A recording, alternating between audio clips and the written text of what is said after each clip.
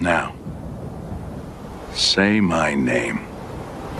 The Rolling Bad Podcast. You're goddamn right.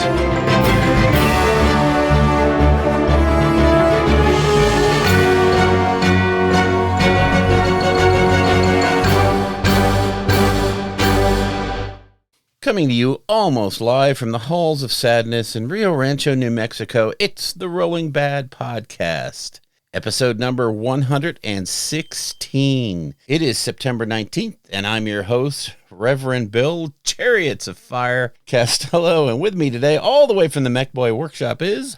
Joshua, Deep in the Bones, Alt. We got quite an episode today.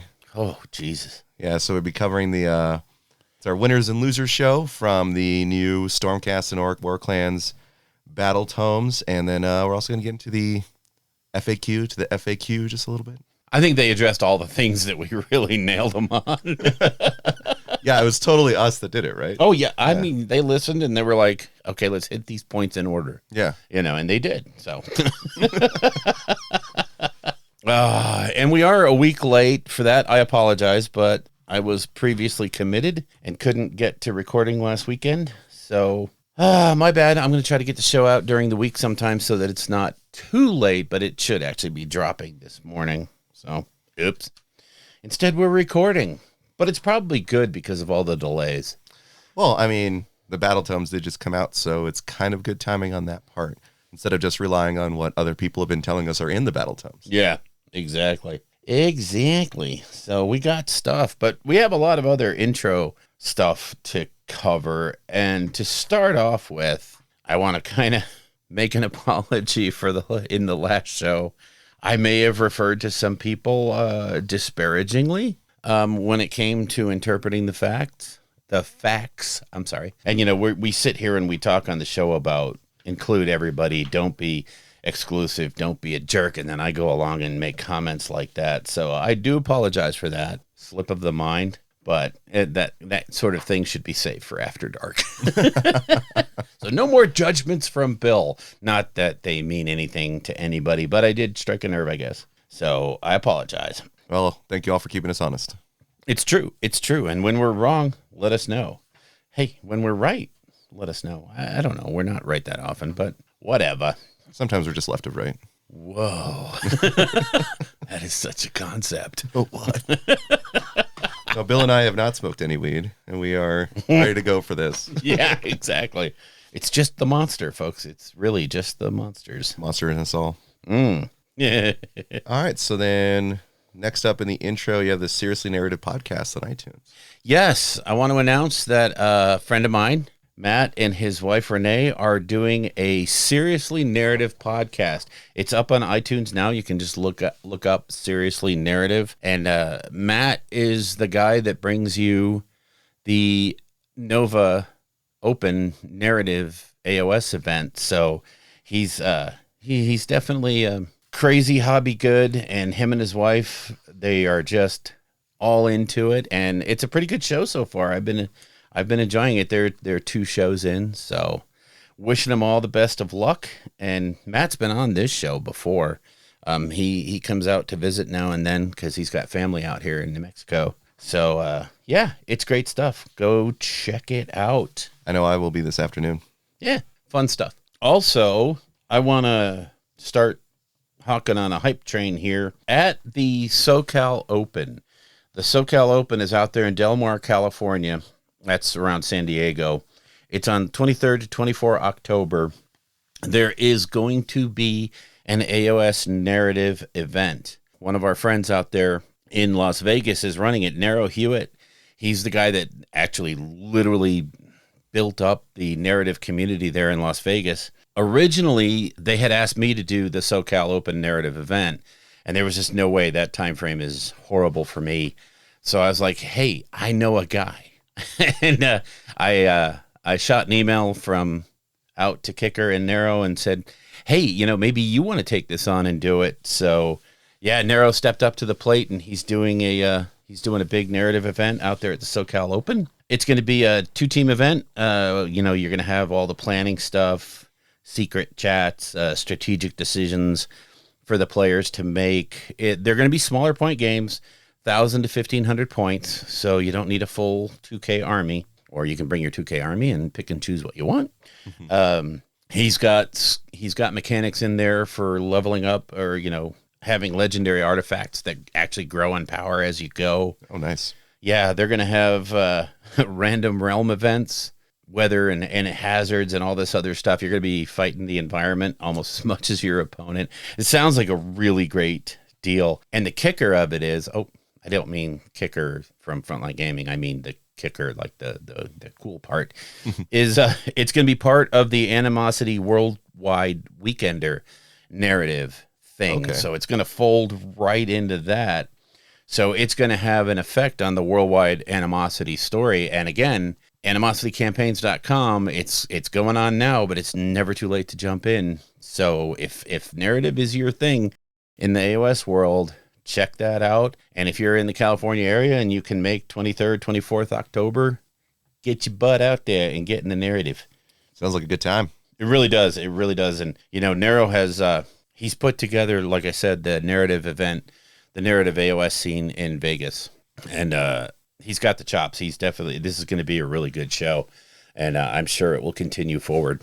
So with that, I also wanted to mention, handwritten in pencil, I ordered some stuff from Coach, AOS Coach out there in Australia. I ordered his AOS accoutrement pack and some dice and all that other stuff. And when Tony sends you a package, he's evil because he throws Tim Tams in there. And if you've never had the Tim Tam cookies from Australia, the actual, oh my God, cookies, they're so good. So shout out to AOS Coach. You are the man, Anthony. Love you, man. You're awesome. So shall we move on to New Dawn? Because we only have like a page full of stuff to go over. Oh boy, let's get into it. Okay, so we know this weekend what dropped were both the Orruk Warclan and Stormcast Eternal Battletomes. Finally. Kind of limited model release with it as well. Yeah. So we got the Beast Skewer Bolt Thrower, whatever it is, Beast Skewer Bolt Boy, whatever it is. The artillery piece that kills Gargants. Yeah. Then you got the boss on the Meyer Brute Troggoth, which is just an absolute beat stick. We'll cover that later. Gosh. You got the Chariot for the Stormcast, the Knight Judicator, the dice, the data cards. Dice and cards, yeah. Or scroll cards. Huge. I always try and mix the 40K terms together, don't I? Yeah, so pretty decent release. Next week, it's pre-ordered this week. Yeah. Will be released next week. We get the Vulture, and dear God, that thing is gorgeous. Oh, my Lord. Oh, my God. I love that thing. That thing, it's one of the $140 models, but I did not, for some reason in my head, I did not see how, big it was.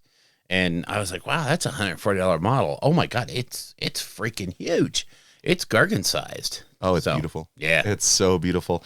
I know a lot of people are going to be taking that and using the kit bash into all kinds of crazy stuff, dead vultures. Oh, my gosh. But in the army is really good too. Gobsprak is really good. Yeah.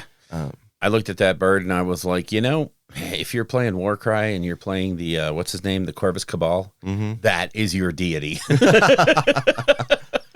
Yeah, there's a good alternate paint scheme you just came up with right there. Exactly. There you go, Bill. There you go. See? Also is the Swamp Boss Scumdrek or the Snatcha Boss on Sludgeraker Beast. God. Only $55. Yeah. I thought it was going to be a bigger model, like closer to, what Gobsprak is. Right. But apparently he's not going to be terribly large, which I'm okay with. One of the things too, I'll talk about that a little bit more, but the sizes of some of the things are actually surprising me. Yeah. In the Cruel Boy release. And then, so the other thing we got was the little dudes on the Sloggoth, right? Yeah. The Angry Dobby. Angry Dobby. What's interesting is, last week when stuff was up for pre-order, they had the whole Stormcast battle pack with the Arc cards and everything that you can get. But conspicuously absent was the Orruk one. The Orc version. Yeah. Now it's actually available this week. If it's still up, I don't know. Oh, it's sold out. Yeah. Where you get all of those models, which is all the models plus the book and cards and the art print. But, it was a week late. So people pre-ordered, like John Waters. Yeah. He was, I'm not going to get that because you'd be in this spot of you order that and then you have to return half of that package just to get the art print. So I guess they must have had some sort of supply issue, but that was bad timing. Yeah, I mean, the benefit for anyone who was able to get it is that they get all of the things, but yeah, FOMO usually gets people pre-ordering, that one, like, oh, I need to get the Meyer Brute Troggoth. I need to get some Bolt Skewers or some Beast Skewers. And then, I mean, frankly, you could take multiples of those. And nothing there is going to lock you out or force you to resell it. But again, if you're getting it through a store, you'll be able to return the parts you don't want. Yeah. So fair enough. Yeah. So those are the releases. And of course, we'll likely have late breaking news approximately 11 a.m. today. Yeah. We'll be watching. So I'm hoping for dragons. God. Next up, talk about Warhammer Plus. So I'm digging Warhammer Plus. Okay. Yeah, just a little.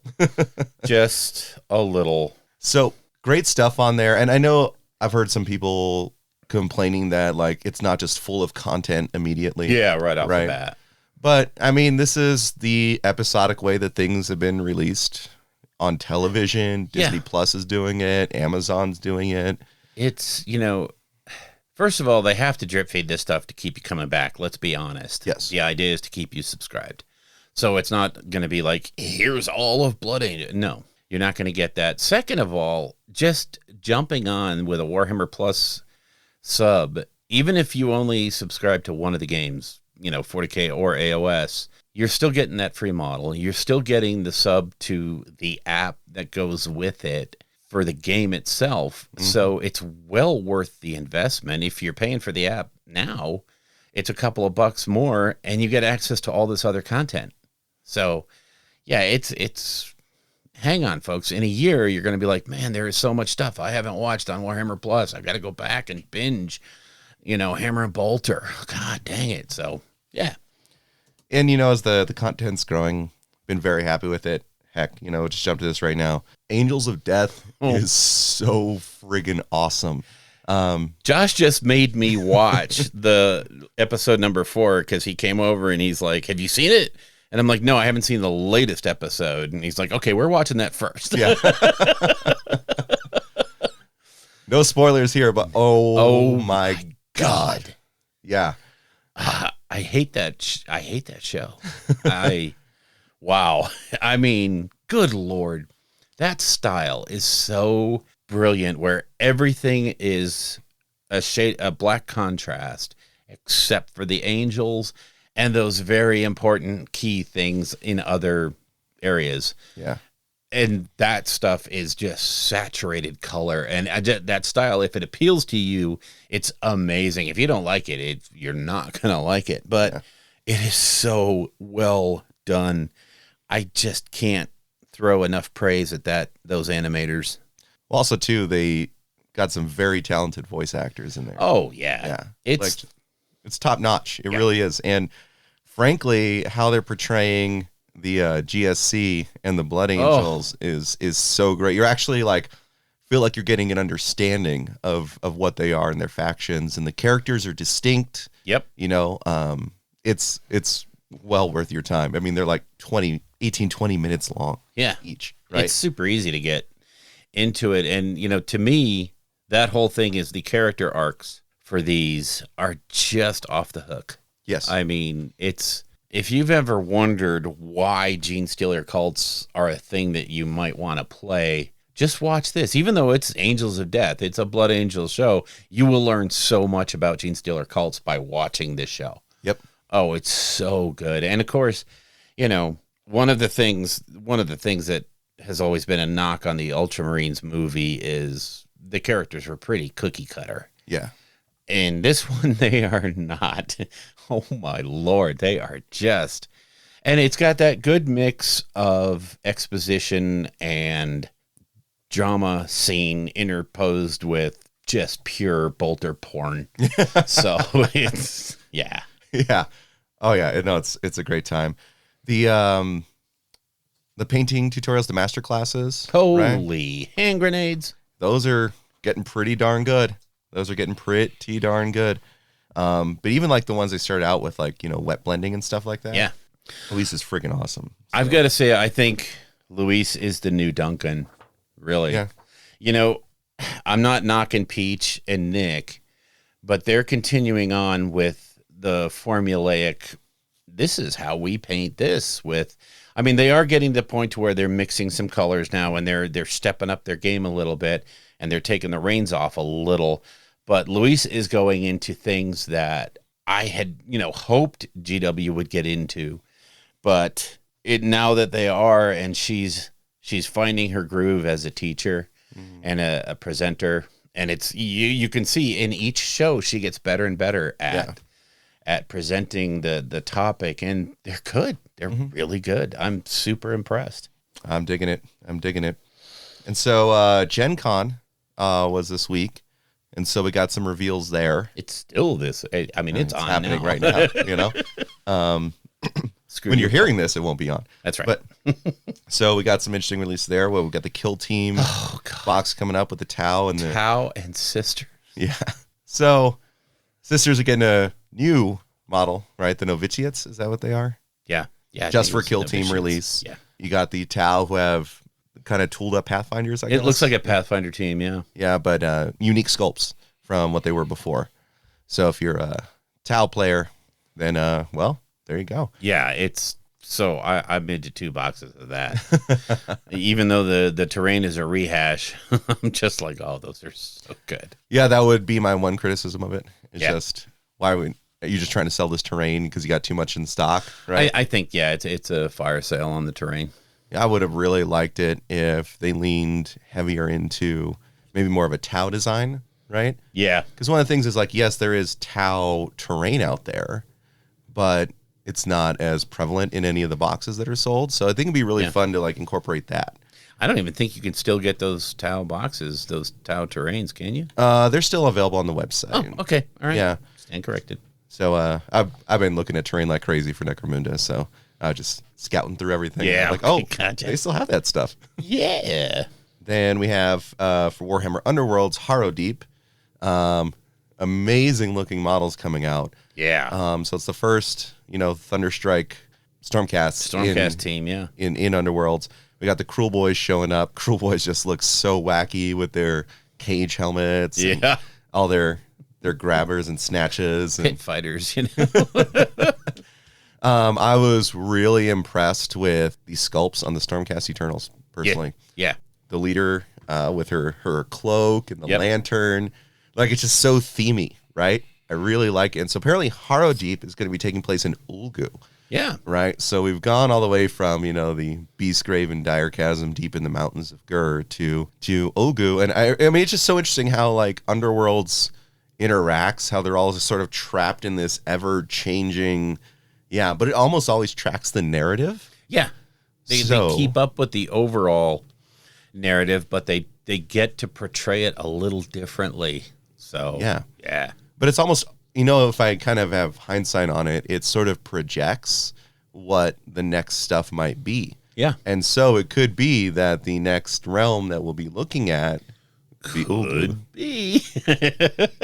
Seeing as they don't do anything without a plan. I know, right? Yeah. So that was great. And then Black Templars. The Black Templar box. Oh, my God. First of all, I got to say, across the board, huzzah for Black Templar and the sons of the idiot Dorn. I mean, the Primarch Dorn. I'm kidding. Amazing. And the sculpts, as taken as a whole, are pretty amazing. The Sword Brethren are, wow, Primaris, yay. The Primaris Novices? Wow. I've never seen so many square faces in my life. Yeah, those ones, oh, God. I don't like them at all. But, it meets a certain aesthetic. I mean, it is very Black Templar. They look like monks. Yeah, I mean, they are portraying what they are supposed to, and they are sticking canon-wise. These are not blood angels. These are not beautifully sculpted humans. These are freaking born and bred to be Black Templars with they look square-jawed and bowl-cut. I'm just like confused why their arms are exposed. Yeah. Like, I feel like that's, oh, you're a novice, so you don't get full armor. No. I mean, it's just a certain aesthetic, right? They're not even Space Marines yet. They have to prove themselves. So, I mean, they don't have they have a black carapace, but they don't have they don't have the black carapace. No, that's the last thing. Yeah. So, I mean, they got to prove themselves. So they're just basically scouts. Yeah. But they're Black Templar scouts. So they're not into this, oh, we're going to snipe you. No, we're going to hit you in the face with a chainsword. Yay. With a bowl cut. Ugh. Oh, God. Yeah. I can't with those heads, man. They are so hardcore. Wow. All right, yeah. So, that's them. There was a Necromunda announcement. Yes. So it's the new Book of the Outcast, described as the waifs and strays of the Underhive.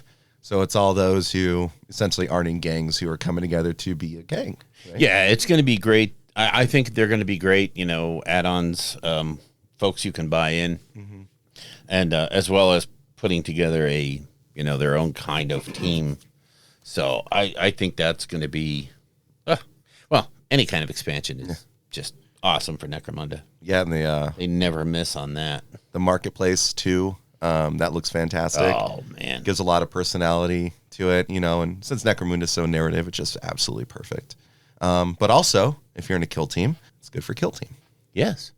Who knew that some of this stuff would do double duty? I never would have guessed. And when you talk about they listen to us, they must, because I call them out for not doing anything for Warcry, and then boom, they do Warcry. I'm like, okay. So cannot wait to see what's bubbling up from below in the Warcry arena, but I'm hoping it's going to be some new boxes and spiders. Could we be seeing the first spiders coming back? I don't know. It could be interesting. I don't know what this foretells, but it's really cool, and I'm super glad to see that Warcry has not been forgotten. Yeah, and that there is a plan. No matter how back burner it is, it's out there, and they're doing stuff. So, kudos to all of that. Another thing that went up for pre-order this week, and we talked about it at the store yesterday, was they broke out all the terrain sprues from like the Realmscape and the Dominion box. Yep. Into their own boxes, but $50 a pop. Yep. For like one building, or just that one little orb building, or the statue. $50 for that statue? No. Is like, I'm sorry, but that's overpriced by about half. If you sold me that for $19.99 or maybe even $24.99, I would think about it.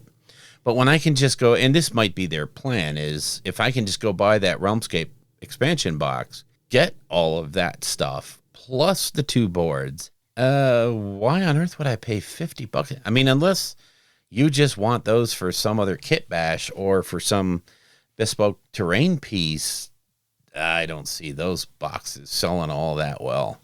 Not at all. I'm not spending $50 for a wall.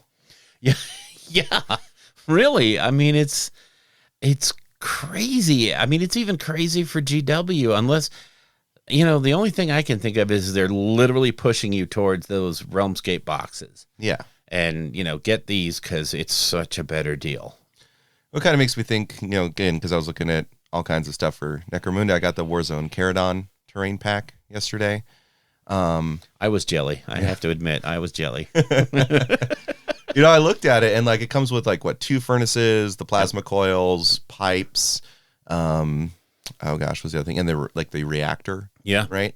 And a few other miscellaneous items, but those furnaces are $60 a pop. Yeah. So I'm not saying that there isn't precedence for them overcharging for the certain terrain, right? But it seems like it'd be why would I spend $120 and not just spend the extra $30 to get everything else? To get everything plus boards. Yeah. And I don't even understand the pricing strategy, because they also have the gantries that can go between the furnaces and things like that, where it's $40 for 2. Yeah. And I don't understand. I don't know the math on that. It doesn't make sense to me. But okay, maybe just if you're gonna shop, make sure you go for those values.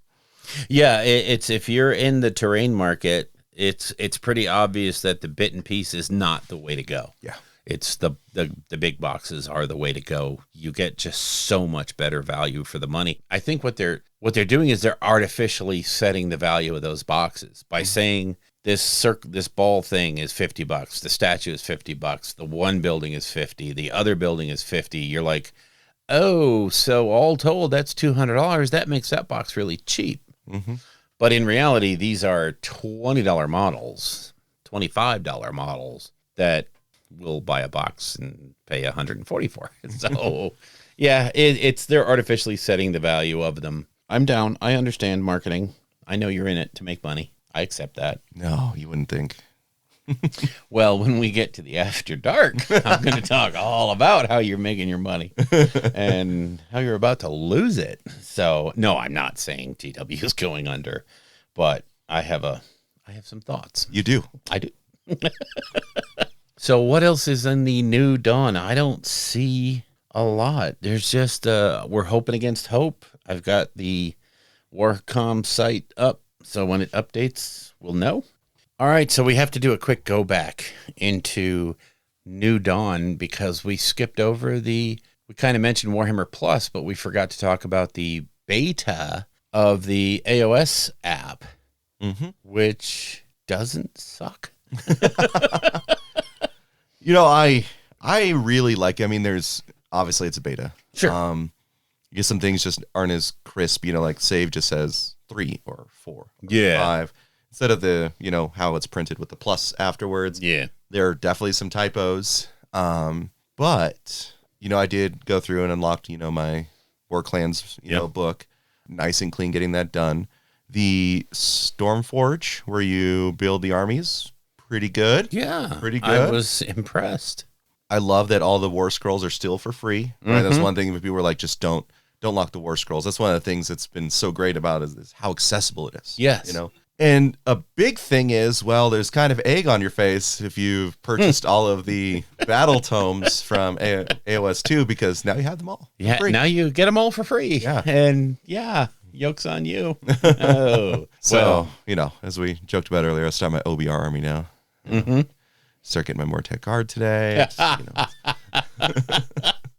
Oh, you dog. You meta chasing dog. Okay, I don't know about that. Yeah, I was, when I first downloaded, I loved the idea that the email they sent out, the post they put up was like, try the beta, not try our new app, because they have gotten just body slammed in the past. Yeah. About, you release this piece of crap. Anyway, now they're just flat out saying, and yeah, there's a lot of typos in there. There's a lot of formatting issues. By no means do they impact your ability to do what the app tells you it's going to do. Yeah. It gives you access to the Battletomes and lets you build armies and has the rules in it. Go figure. All in all, I would have to say that just as an out of the gate thing, it's pretty darn good for a first crack at it. And yeah, they can fix typos later. I don't care.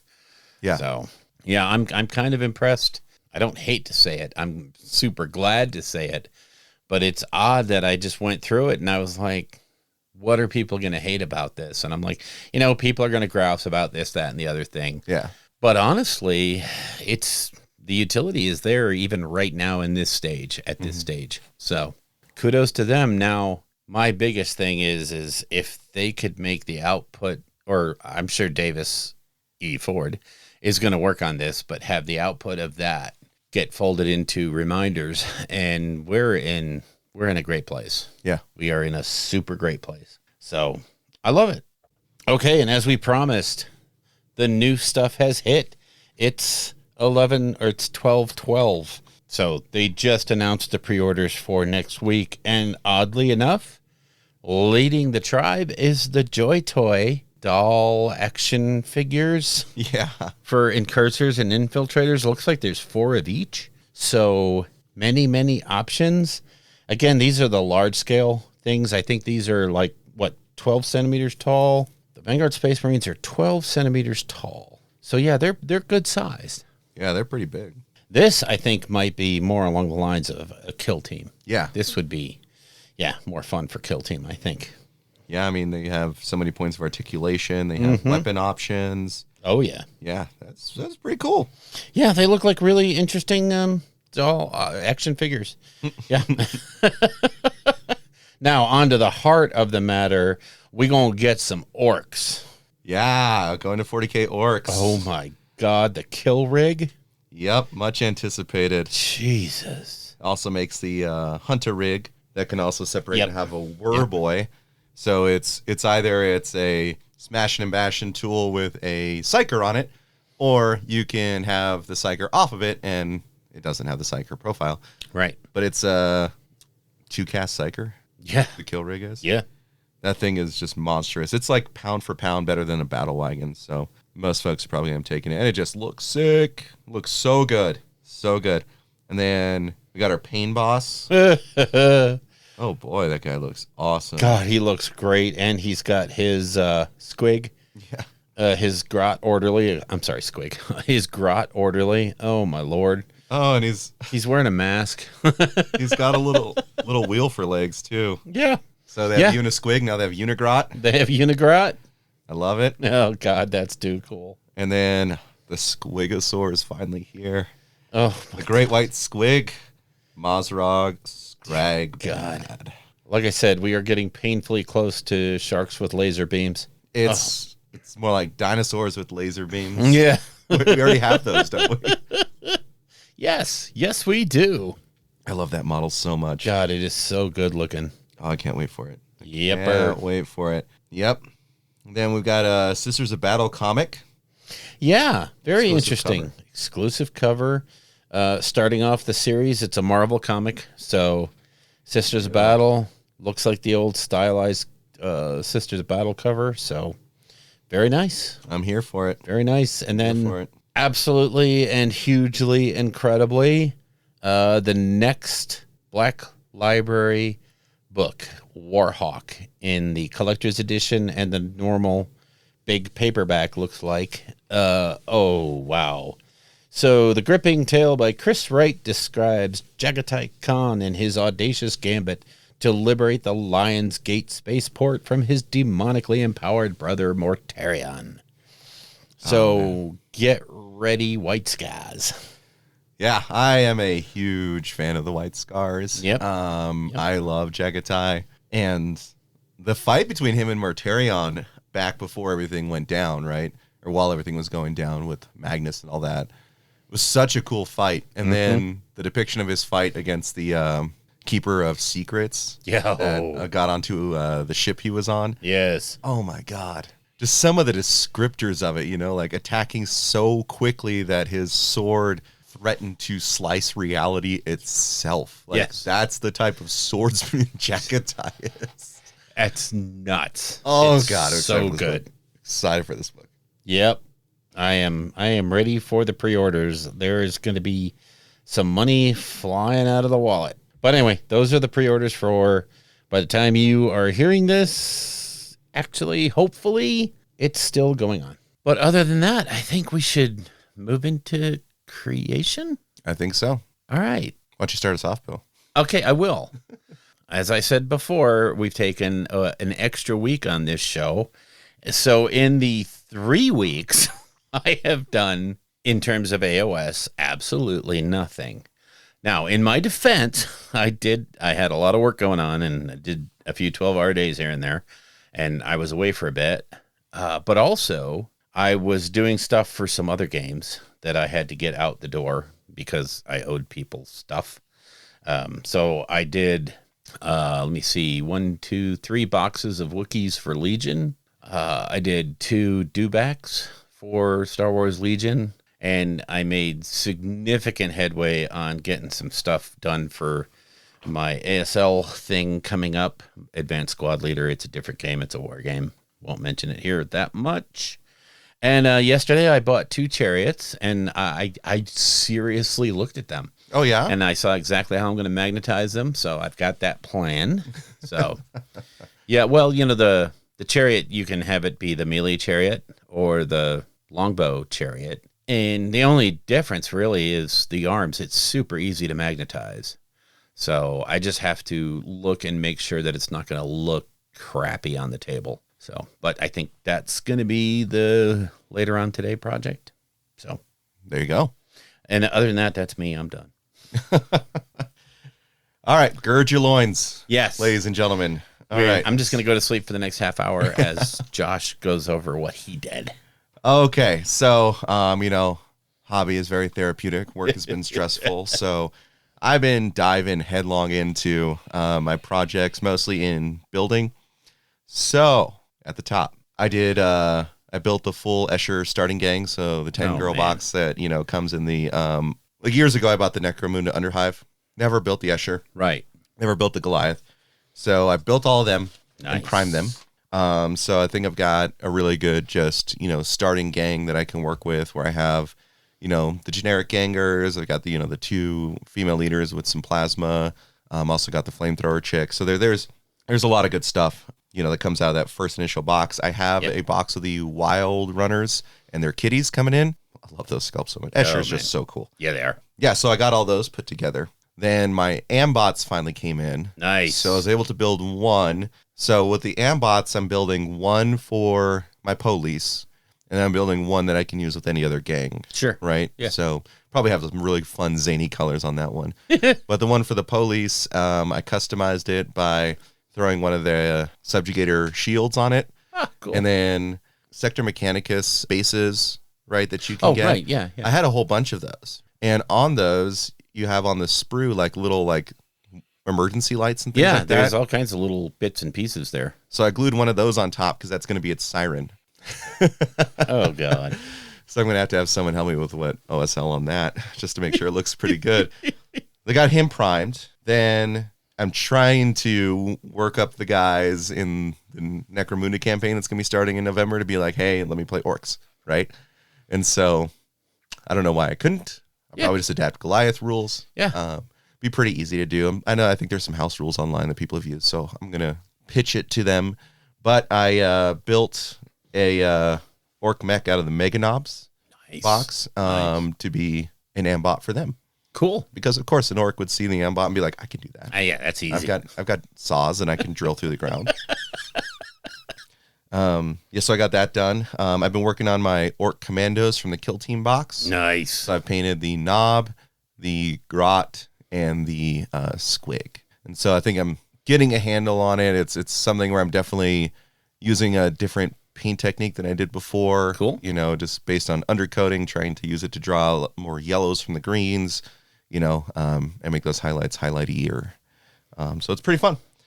I built all of the Kill Team terrain in Octarius. Nice. All of it together. Ran out of lead belcher spray, so oh my gosh. So I could only prime so much of it. Yeah. Hopefully I get some more soon. Yeah, so I built all that. Then I started building the Sector Mechanicus and Caradon terrain that I did get. I found out when I was looking through stuff to get ready for Necromunda, and also too, it's going to pull double duty as Armies on Parade for me. Yeah. That I have a shockingly large amount of 40k terrain that I didn't intend to have. It's just sort of I got them with things, I have the what's most of the Forge Shrine from the Renegade box, the Knight Renegade box. All that Kill Team terrain that I've always gotten. I have a bunch of Orc terrain from Speed Freaks and the Orc, Mech Boy Workshop. Yep. Then I have all the stuff from the 40k release, whenever they release those boxes. So I have a full set of that terrain. It was just and Ruins, of course. Sure. It's just so much stuff. I'm like, how did I get all this? It sneaks up on you with these box sets. You're just like, wow, where did oh my gosh. Yeah. I bought this to get a knight, and I have the terrain, which I just stuck in the closet. And now that I'm like, oh, look, I have this. I can use it. This is amazing. Oh, and then also, too, when we went to the New Hobbyist Expo years ago, right? Oh, yeah. We got 2 of the plasma coils and 4 of the really long pipes as well. Yeah. So, I'm pretty set on some sector stuff. Yeah. I'll probably end up getting the, it's part of the furnace set, but it's got the 4 walkway area, and then getting the gantries so I can set up an entire, Mechanicus table. It's going to be pretty fun. Yeah. Yeah. And then that's not all. I bought 2 of the Beast Skewers yesterday, and I built and primed both of them. Oh my God. They are really weird to put together. Really? They're all push to fit. Yeah. I got to say the amount of cleaning you have to do, like, because like how many connection points they have to the sprue is kind of annoying. Oh, wow. Particularly like the front of the bow itself. It's got something like, I think 3 to 5 connections per prong. Like it's just like an absurd amount. Damn. You like clip, clean, right? Oh no, it's 3. Is it 3? I don't know. It's too many. Yeah. It's too many. In terms of push to fit model, it just goes together like really well. Of course, use a little glue just to seal some things. But yeah, that's I have worked on a ton of plastic the last few weeks. Wow, you have done a lot of work. Yeah, now I need to catch my breath. Yeah, really. I do too. God, Lord. I feel like I did no. I didn't. Okay. Well, we've got our creation out of the way. That's a chunk. Yeah. Just, having the terrain I always think of as, that's such a good long-term investment because you may play an army a few times, but you always need terrain, no matter what. Yep. And when you really want to get crazy with Necromunda, Kill Team, Warcry, all that stuff, you just need chunks of terrain. Yep. Awesome stuff there. All right. You want to cover some battle? Yeah, this one won't be too long. Okay, I got one game in of Kill Team, and it was a learning game, kind of I've read the book, but I hadn't actually sat down and played. So got together over at a friend's house and played a game of Kill Team. Wow. I was leery. I was a little skeptical. It's so much cleaner. It flows so much nicer. And I think you mentioned this on the last show. It's so much more, I don't want to say, it is narrative. There's a lot more, you can explain a lot of the different things that happen and have a lot of fun with it as opposed to just being a mechanical, let's kill stuff game. Yep. Whereas on the flip side, I also think this version was made with definitely a nod to tournament play in mind. And having pods set up and having, just a really good competitive format going. So I think it really does they've hit a great mix of being able to do double duty. So I'm still a little leery of circle, square, pentagon, or red, white, blue, green. I'm going to move yellow. What? You can't move yellow. There's no yellow. So it's a little weird. I'm not sure I totally love the lack of inches, but it's a system. It's a thing. Legion has no inches. Crisis Protocol has no inches. So I'm pretty sure I can get over it. You can still call it the inches you want to, if you want to like write the 1, the 2, the 3, the 6 on it, because that's what they are. But I think like why it works so well is because they've made it so movement is actually a lot more linear than it was before, because you're not like really like swerving around things. Yes. Like it actually have to measure up, and it's just in such a stacked position. And I like that. It gets rid of a lot of that gamey crap that used to happen in like Necromunda and the old Kill Team, where you had to make a lot of allowances for movement, and now you don't. So where someone's like fudging the numbers a little bit, and we're just like, oh no, this is totally 6 inches. No, it's very clear. You have the measuring gauge. That is exactly the right size. This is it. Period. End of story. And just on that note, both myself and the guy I was playing, we both did the newbie. I can't believe we're doing this because we learned not to do this back in the 90s. We did the measuring from the front of the base to the back of the base during our moves. And we both looked at each other like, did I just do that? And then I did it first, and then he followed right along in his and did the same thing. And I'm like, this is so basic. Why are we screwing this up? Yep.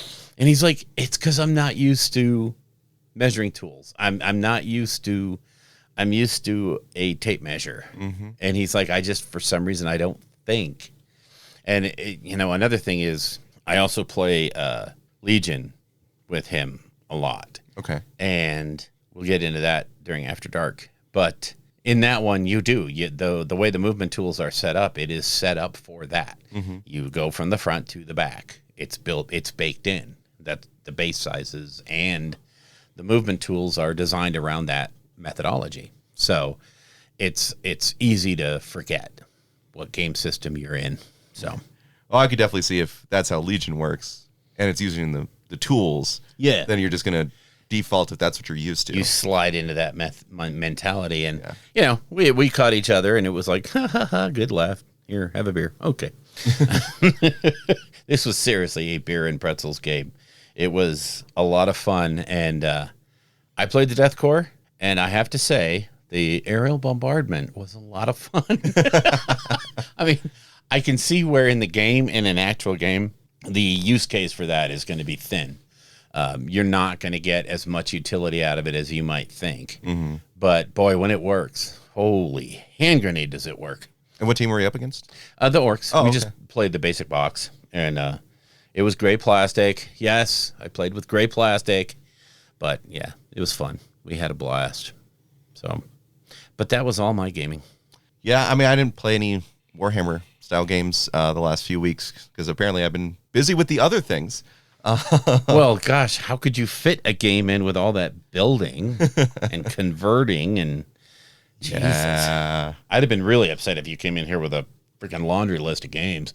I'm like, By the way, I got in 10 games of Kill Team, and I'd be like, do you actually have a job? no, I just don't sleep. Yeah. That's it. I did play a different game that I bought my wife yesterday, so we'll talk about that after dark. Oh, cool. It's pretty cool, and in case you're wondering, it's called Chronicles of Crime. Oh, So I'll talk about that a lot more in the after dark. nice. All right, let's we've gotten the little stuff out of the way. Let's take a quick break and we'll jump into the lore section. We'll touch on the facts real quick, and then we'll jump into winners and losers. Sounds like a plan. All right, then.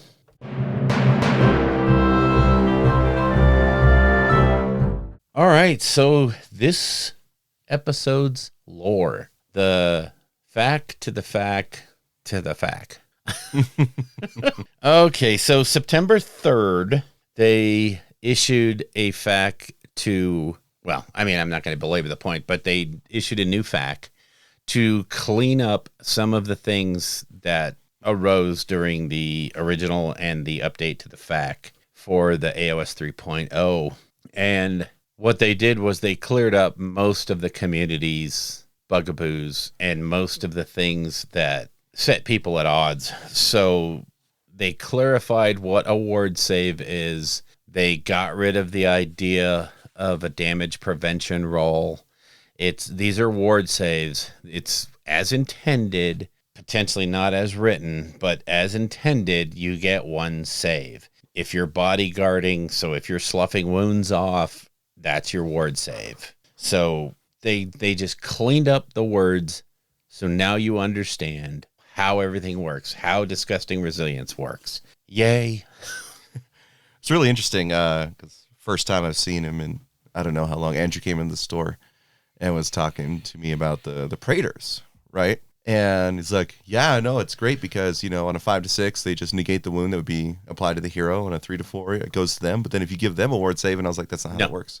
It's not how it goes. No, they take that wound. It's still good. Yeah. Right? Oh, it's really good. Yeah, it's essentially a 3+ ward save for a hero. Yeah. It's just on a 3 or a 4, that unit takes the damage. Yeah. But it's not how it works. And I'm glad they clarified this way. They went hard on it. Yes. In a way I really appreciate because it's annoying when it's like, oh, I'm going to shrug this wound, and then my bodyguard gets to try and shrug that wound. Right. I don't like that. Yep. One of the things is, you want to speed up the game. Yeah. That's why we're getting rid of rerolls. Interestingly enough, though, I think the games are a little bit longer than 2.0 that I played. But we're trying to get rid of as many rerolls as possible, try not to roll as many dice, so that's why they had to clarify this. So it's like Nurgle doesn't get the 3, DPR after ward saves, right? No, they're just ward saves now. Yeah. I like it. And bodyguard saves that is your ward, period. You don't get to take the wound and then ward it. No. You roll once and apply the effect. So, yeah, overall, the latest rewrite is how it probably should have been written in the beginning. But again, I think they just didn't see how people could miss it. It's that bias that you have when you write it. you're like, oh, this is perfectly clear, and I mean, you think, golly gosh, this is really good. I'm putting this out. And then you find out that there's a lot of other people that read it differently. And so, they had to go through an iteration or two, but now we're in a good place. So Chronomatic Cogs got the clarification of what it means to have only one wizard use it. I don't know if it's clarification or just a straight nerf, because before what was happening was that, particularly Zinch was just kind of like, yeah, I'm going to keep all of my casters just, nuts to butts over here with the Chronomatic Cogs. Sure. And they're all going to get +1 spell. Yeah. And you're just like, I'm casting spells even though I have no targets because of fate points. Because So I'm very happy with that. Very happy. And super good change. Yeah, or nerf, actually. It now puts that piece in line with its points. So, and one comment on there, I think that was it Tyler on Warhammer Weekly made a really good call out from that, is that in their hidden gem shows, they talked about, like, now that the whole, like, it's not just auto take for the +1 to cast for all of these wizards, like, people can start looking at the other side of the cogs. Yeah. That +1 to charge is no joke. Right. We're talking about Orruk Warclans here in a bit. That might factor in a little bit. Could be a thing. Who knows? Next up, clarified mount traits. Mount traits is super simple now. 1 trait per mount. No duplicates in your army. Thank you. Thank you. Thank you.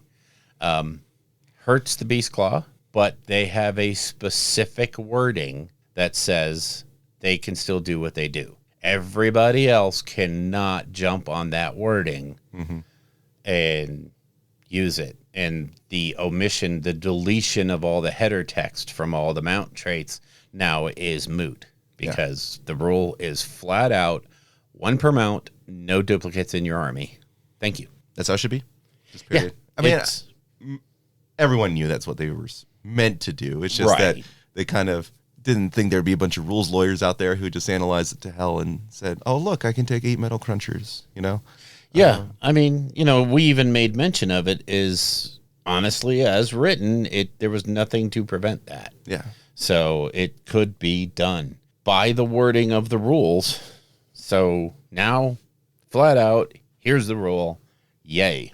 And then last but not least, Wildwoods make a circle. Well, it wasn't just that, right? It's that they went back to all the units and gave them the ability to actually walk through the trees again. Yes. Like the Wildwoods whole thing, and I have a Sylvaneth army. I didn't play them that much, but I can only imagine the sort of cycle of abuse that all of these Sylvaneth players just went through. Yes. When it's like, your woods are good, they're bad, they're good, they're bad. They don't work, they're good, they're bad. You can't walk through the trees. Like, I'm so glad they finally got it to a place where it's like, Sylvaneth can play with their rules. Yes.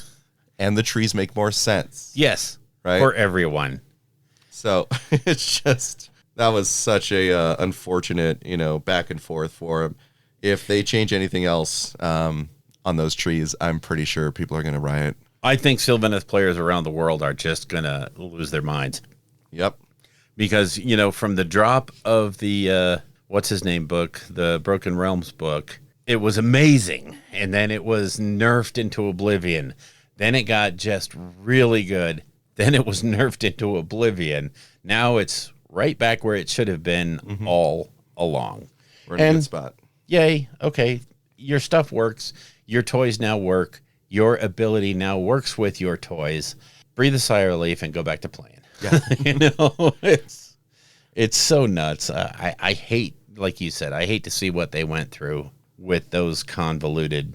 Every time you show up at the store, you're playing a different set of rules. Yeah. I think it's still a problem, though, for some faction terrain, particularly Nurgle, right? Where they're sort of locked into currently only putting trees in their territory, right?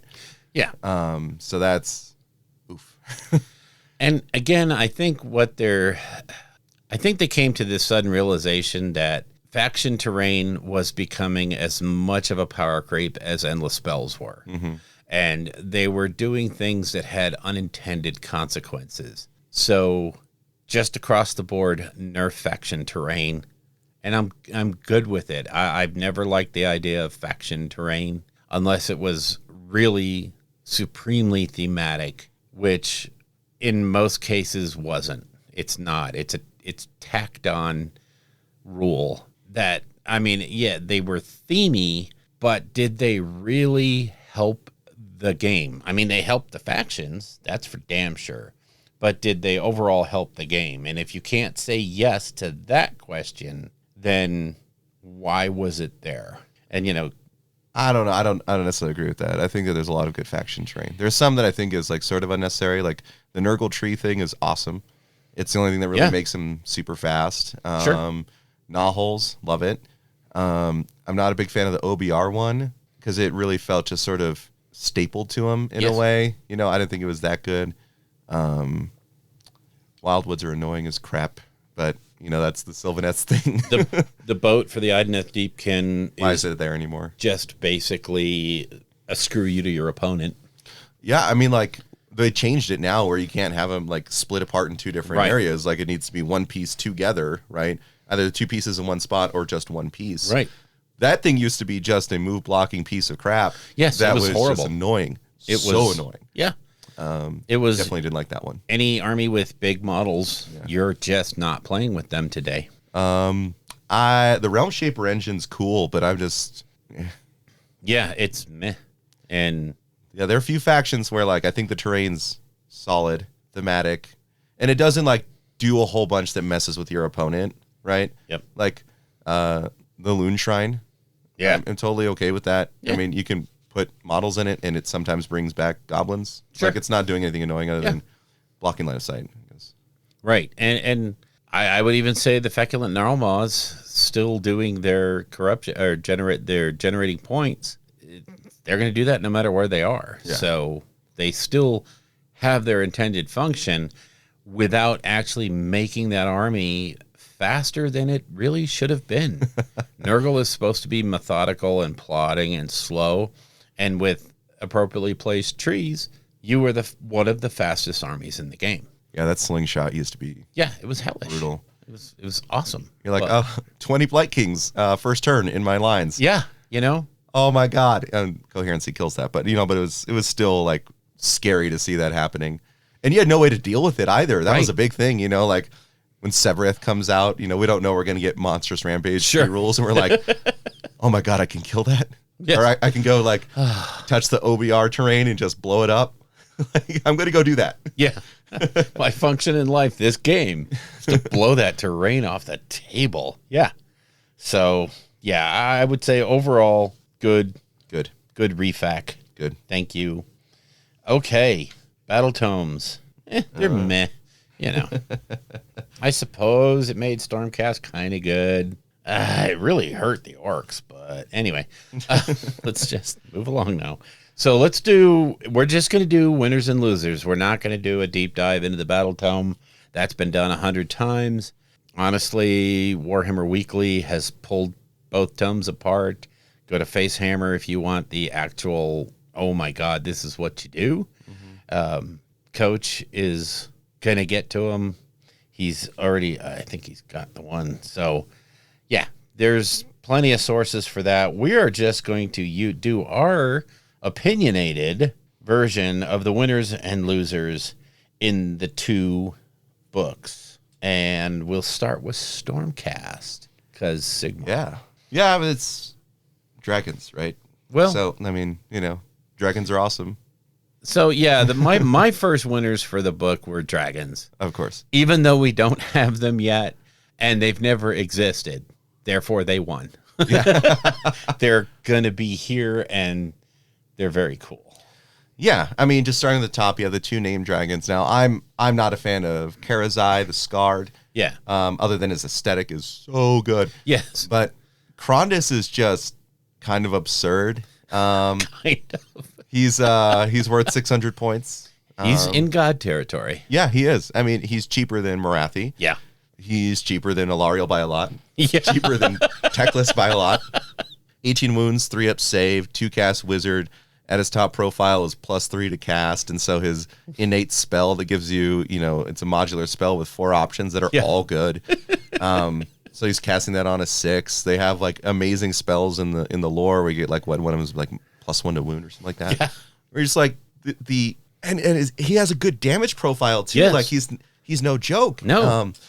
It's one of the things that I talked about with Andrew yesterday is that like with Krondus or Karazai, that like if they charge in, you know, like let's say they've got like a tiny little hero unit and then you got a unit of 10, right? They can unleash 11 tail attacks on that little hero. Yeah. And just, you know, blast him into nothingness. Yep. The breath attacks are just good. Yeah. You know, free mortal wounds on a 3+. They are solid. They can stand up to a Gargant. Yeah. And say, "You shall not pass." Not this turn anyway. Now, the downside for the 2 dragons, no ward saves. No ward saves. And no way to get ward saves unless they're just chilling next to certain terrain, right? Yeah. Can't be bodyguarded, right? It's so strange that here they are, elder dragons, and they are like the old Celestin Prime. I have a lot of wounds. Well, he didn't. But I also shed them very, very quickly. That's the thing where they might be too broken if they had a ward save. Oh, I totally. Otherwise, they would be nigh on unkillable, and they would just kill anything that could kill them. So imagine even like a 5-up ward on them. Though I would say they should have a 4-up ward because they're elder dragons. But I'd say 2-up reeling once, but that's just me being a little biased. Yeah, they didn't make them impossible to kill. That's good. Yeah. I felt it's a fairly balanced unit for 600 points. It gets the work done. The Knight Draconis, I mean, yeah, you get to get a unit of Stormdrake Guard to spit fire in the hero phase. Golly gosh, I love that build. Yeah. Oh. And the Stormdrake Guard themselves, you can take them up to units of 6, which is really expensive. But that's your army. Yeah, that would be your entire army. I mean, I was messing around in the Warhammer app, and I came up with a 1,995 point army that is 7 Stormdrakes. No, not 7. 8 Stormdrakes, Krondus, and the Knight Draconis. Wow. Okay. Yeah, just 1995, exactly what you want. 10 models. Yeah, boy, that's the dragon build that's coming. Just you wait. You wait. Fantastic. They have every unit of them has the ability to move in the hero phase once per battle. Yes. And if they end within 12, they charge. Hello. Yeah. So sorry you can't unleash hell. And talk about hi Iron Jaws. I Iron Jaw better than you do. Iron Jaws, we'll get to that. I think are a clear winner. Oh boy. Oh boy. Yeah, dragons they're good. Yeah, dragons are a winner mostly because they haven't existed before, and so they couldn't not win. Yeah. I actually foresee some nerfs coming to them, but we'll see. Next up for my winners, or for our winners, sorry, Paladins, all except the Retributors, got really, really good. 3-up saves, super good wound output, +1 to save on the Protectors. These guys will just munch through hordes. You know, these are screen sweepers. Yeah. We're not seeing a lot of hordes right now unless you're doing zombies, and then they'll just freaking annihilate them.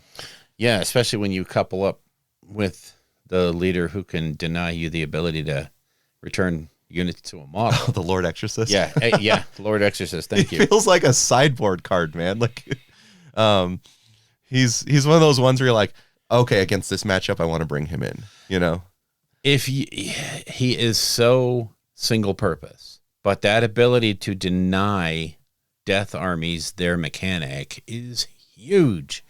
So if you know you're facing nothing but death, he's the guy. Other than that, he's wasted points. Don't Sequitors get something like that too? I'm pretty sure they do. I believe they do. And so if you don't want to flex into the hero, but you want to use Sequitors, because Sequitors are actually not bad now. No. Like I'm okay with them. Yeah, they're pretty. They stayed. Actually, I think they got even a little bit better in this version around.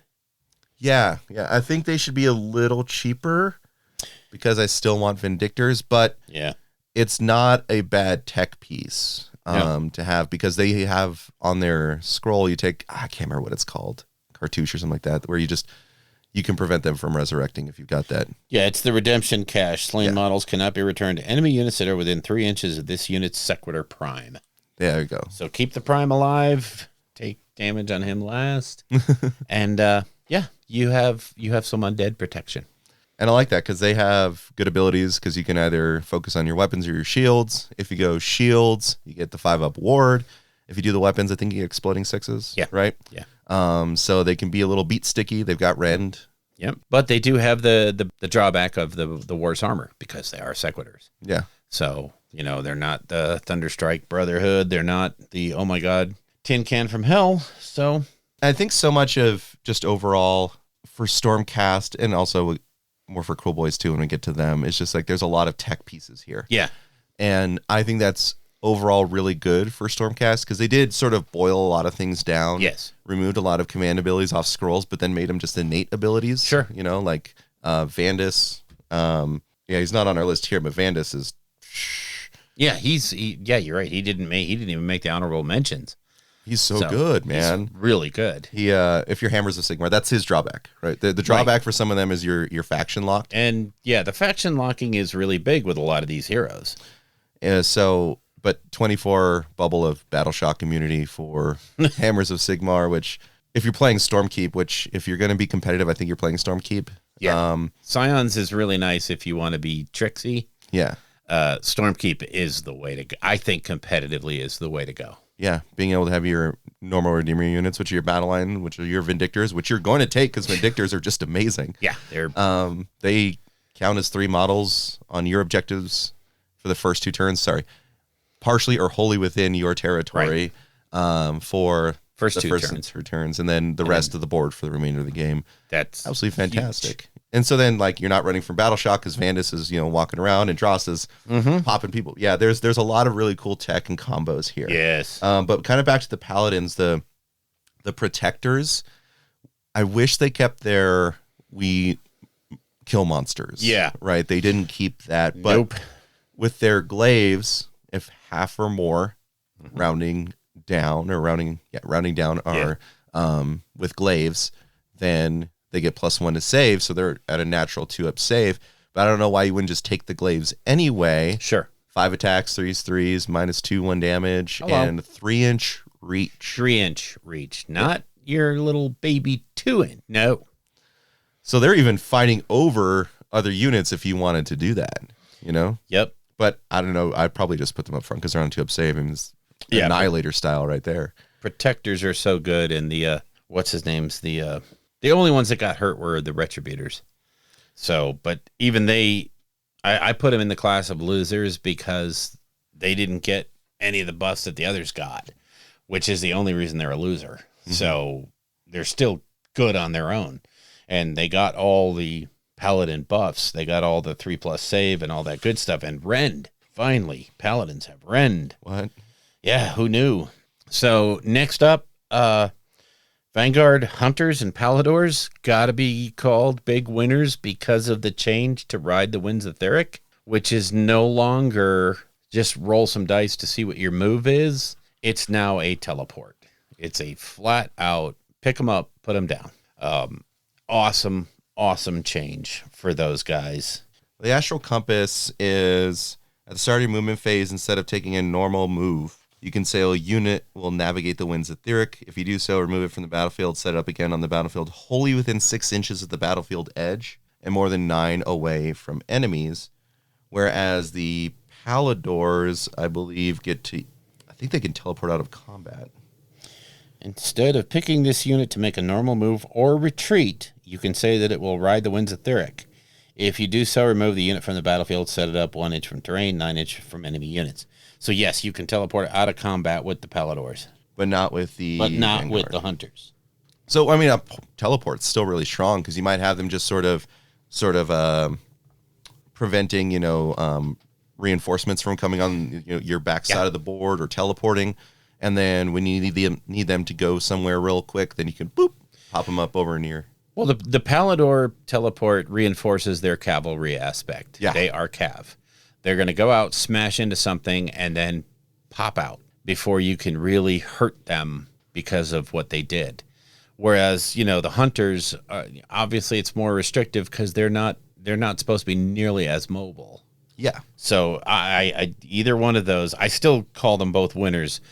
simply because of that teleport. And I would say the Vanguard Raptors are the big losers. We'll get to them when we get to losers. But yeah, I still think just those changes make Paladors and the Hunters super good. And they give you that battlefield flexibility that Stormcast really need because of the small numbers of people you're going to have on the board because of the cost. This is an elite army, and this reinforces that. Well, depending on the build you take, because if you lean heavy into like Redeemers, I feel like you could actually probably get up 30, 40 models at least. Oh, yeah. Yeah. And actually have some good board coverage. But again, I think these are highlighting, you're not going to have just like, yeah, my army is strictly Vanguard Hunters and Paladors because they're that good. They are just tech pieces again. Right? Yeah. You're like, oh, I need to go get that objective. Paladors. Yeah. I need to, deep strike in over here, so that way I can prevent them from, reinforcing in that particular area. Yep. Right?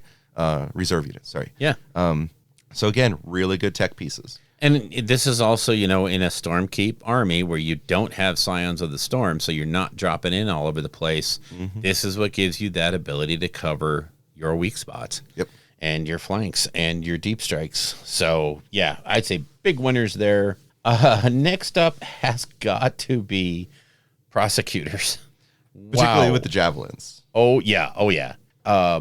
They just went from obscurity to, oh, my God, where are my Prosecutors? I need to get them out.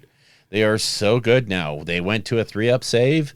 They got Rend. Holy hand grenades. Yay. But most importantly, they got the dispersed formation. Now, if you don't know, the dispersed formation rule allows them to set up with or to be in 3-inch coherency. They're not limited to 2 inches.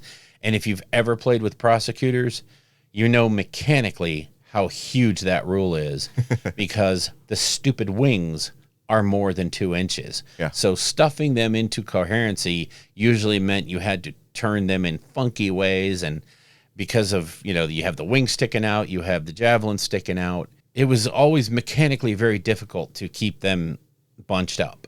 Now that they have 3 inches, it's just going to make for a much smoother movement, mechanical movement, not they don't move better, but it's a lot easier to work with that unit. So I see them as a big winner. Well, it's not just in the formation. Yes, it makes them play easier. Yeah, but they're only 115 points for 10 wounds on a 3-up save with a 12-inch move that can charge 3d6. Hello. Like, it is one of the most amazing screening units I've ever seen now. Yeah. 10 wounds for 115 points on a 3-up save is no joke. And the fact that they're going to be in the enemy lines, turn 1, tying things up. You betcha. Go ahead and unleash hell on them. It's only 150 points. That's the same price as Libs. As Liberators. Yep. Completely different function depending on how you're playing. But yeah, they're basically flying Liberators with some nice ranged attacks.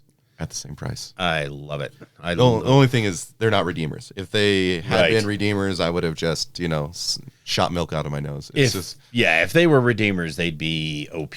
Yeah. Or they'd be 140 for the unit. If not more. Or more, yeah. Yeah, particularly because in Stormkeep, they'd just be like, yeah, I own all the objectives, by the way. Yeah. But, still, I'm shocked by Prosecutors. Yeah. Yeah, they are great. I could see 1 to 2 units of them. Easily. Yeah. Now, I'm gonna jump one to the Lord Relictor. Okay, actually, before you jump one, Yeah. can we just take a break and get some food? Oh, that sounds good to me. Because I'm hungry.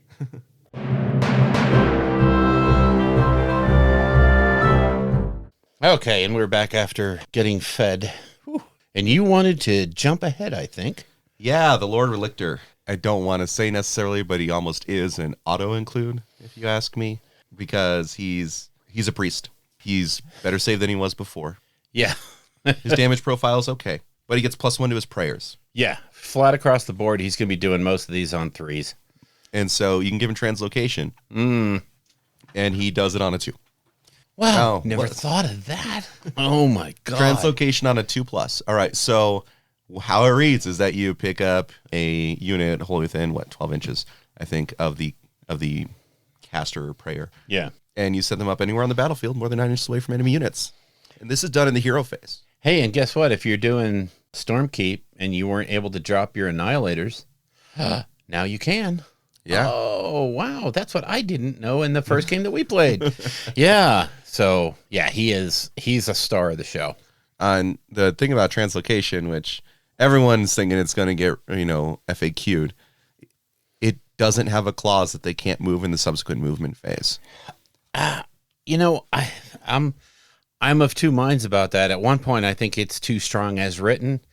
On the other side, I also think that it's inherent. I think they are using that as an inherent thing for Stormcast to have that ability to be teleported and then do the charge. Because again, the Annihilators, if you don't give them that ability to be translocated and then charge, you're kind of limiting their usefulness. Yeah. But I can also see where it's broken in some other units also. So, I could see it getting nerfed, but I could also see it not getting nerfed. While you can, you take the Lord Relictor and you play it. Like, that's just going to be the thing. Like, yeah, because right now it's Bozo. Yeah. It is. Yeah, don't even think about bonkers. the Knight Relictor. Talk about a total loser, right? 5 points less and does jack. It does nothing. I'll take the 5 points for a +1 to pray. What? Of course. Of course I'm going to do that. So to me, a clear winner, and in fact is probably one of the bigger tech pieces. Yes. In the army, you still have your Knight Vexillors, which are also really strong tech pieces. Particularly the one with the Banner of Apotheosis that can heal D3 or return up to D3 right wounds to units, and they very clearly stated that it can just be to a single unit. So if you do have your big dragon, you have your Knight Vexillor, you can be like 3D3 heals. Yeah, once per battle. Thank you. Oh boy. Yeah, we'll get into this when we wrap up the Stormcast, but I think they paid specific attention to certain units and have very obviously pointed and worded some other units out of the game, so that hopefully they can be phased out as we go forward. Not because the models aren't good, but because there's 35 flippin' heroes, and we need to pare that down substantially. Yeah. So anyway, I think Relictor is an auto-include. Up next is the Lord Celestin on Stardrake. Right now, he's sitting on his 3-up save. He has much, much better attacks. He still reflects wounds on saves. And if you toss him the, Dragon Scale Cloak or Drake Scale Cloak? Yeah, Drake Scale Armor. Yeah, Drake Scale Armor. Boom, all of a sudden he's re-rolling the failed saves. So against damage 2 or more. Yeah, against something with damage 2 or more, yes. Sorry. But basically it means he's now able to go up against the big guys in the other army or Archaeon or, stuff like that, and potentially give as good as he gets. Yeah, I mean, there's also the command trait where you just have -1 to wound your monsters, right? Thank you. Yeah, something of the Celestial Menagerie, something like that. Master of the Celestial Menagerie. Yeah. That's amazing. Like, particularly if you're talking about your dragon build, a Knight Draconis or the Lord Celestin with that ability. That's the thing. Stormcast has quite a bit of minus to wound. Yes. That they're able to get, which is significantly better than minuses to hit. That's right. Plus to wound is rare. Yep. And they even have plus to wound for themselves. Yeah, and they have it for them. Ridiculous. Yeah, and one thing I didn't mention, Celestin on Stardrake is a monster. Mm-hmm. He plays real well in this, in the current battle pack. Maybe not the next one, but he's certainly not going to get any worse. Oh, no. Oh, no. Yeah, he's definitely a big winner. Some honorable mentions that we had, just flat out Indrasta. Yes, she went up in points. She's still every bit as good, and you put 3 Praetors around her, and you declare at the beginning of the game that they are protecting her, and she becomes a multi-wound beat stick that says, hey, here, monster, here, kitty, I'm going to beat you like a drum. I'm just going to straight up say I think she's a winner. I don't even think she's an honorable mention. Yeah. Like, I think I take her over the Celestin Prime every game. Yeah. For sure. I feel like Celestin Prime is definitely but even I was going to say really good in cities, but then Indrasta's also amazing in cities. Yeah. It's just, she's 5 points cheaper than Prime. Yeah. She doesn't hit as hard depending on when No. you bring him down. I think she's great. And then also, I noticed we didn't put this on here, but Bastion Carthalos is absurd at 300 points. Like, people complain he's slow. Okay. Yeah.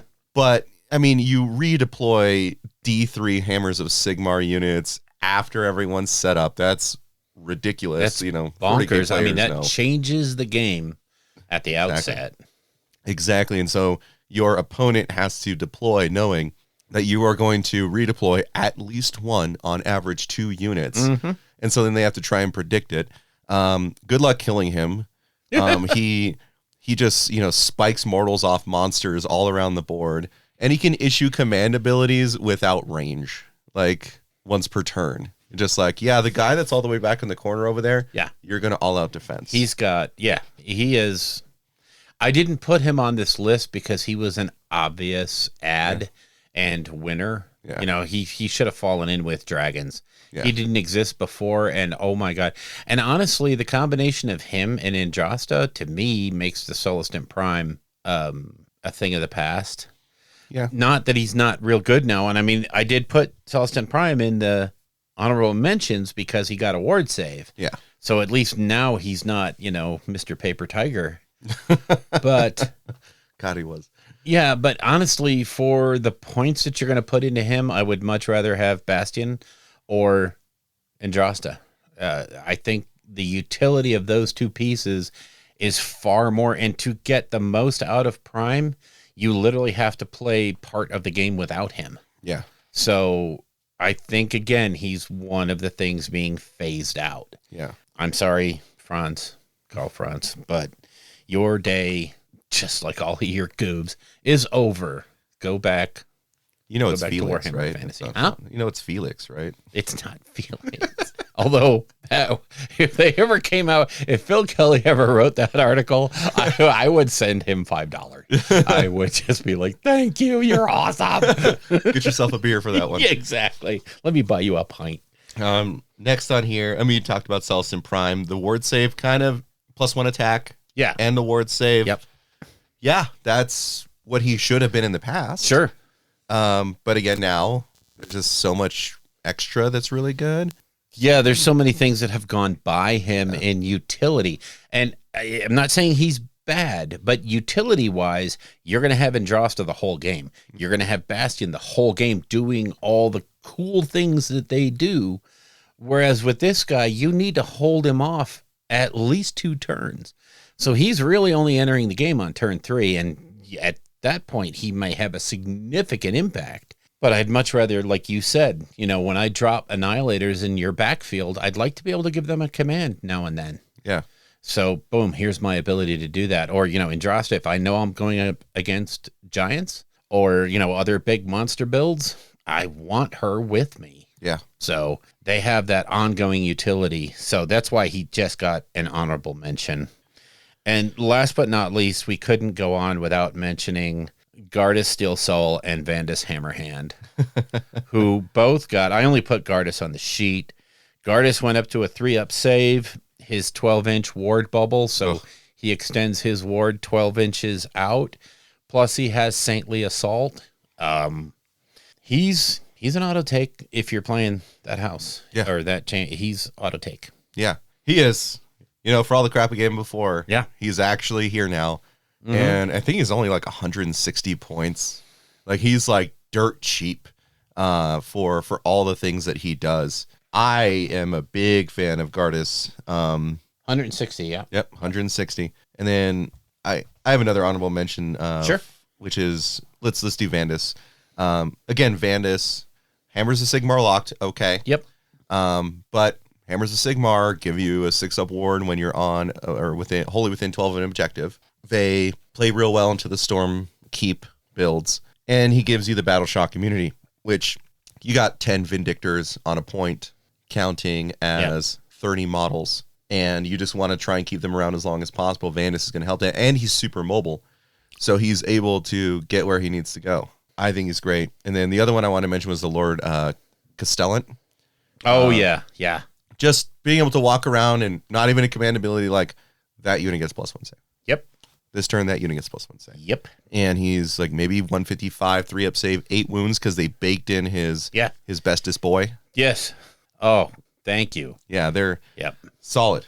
Yes. Solid. Very, very good. All right. We're going to quickly run through the losers because we're running long here.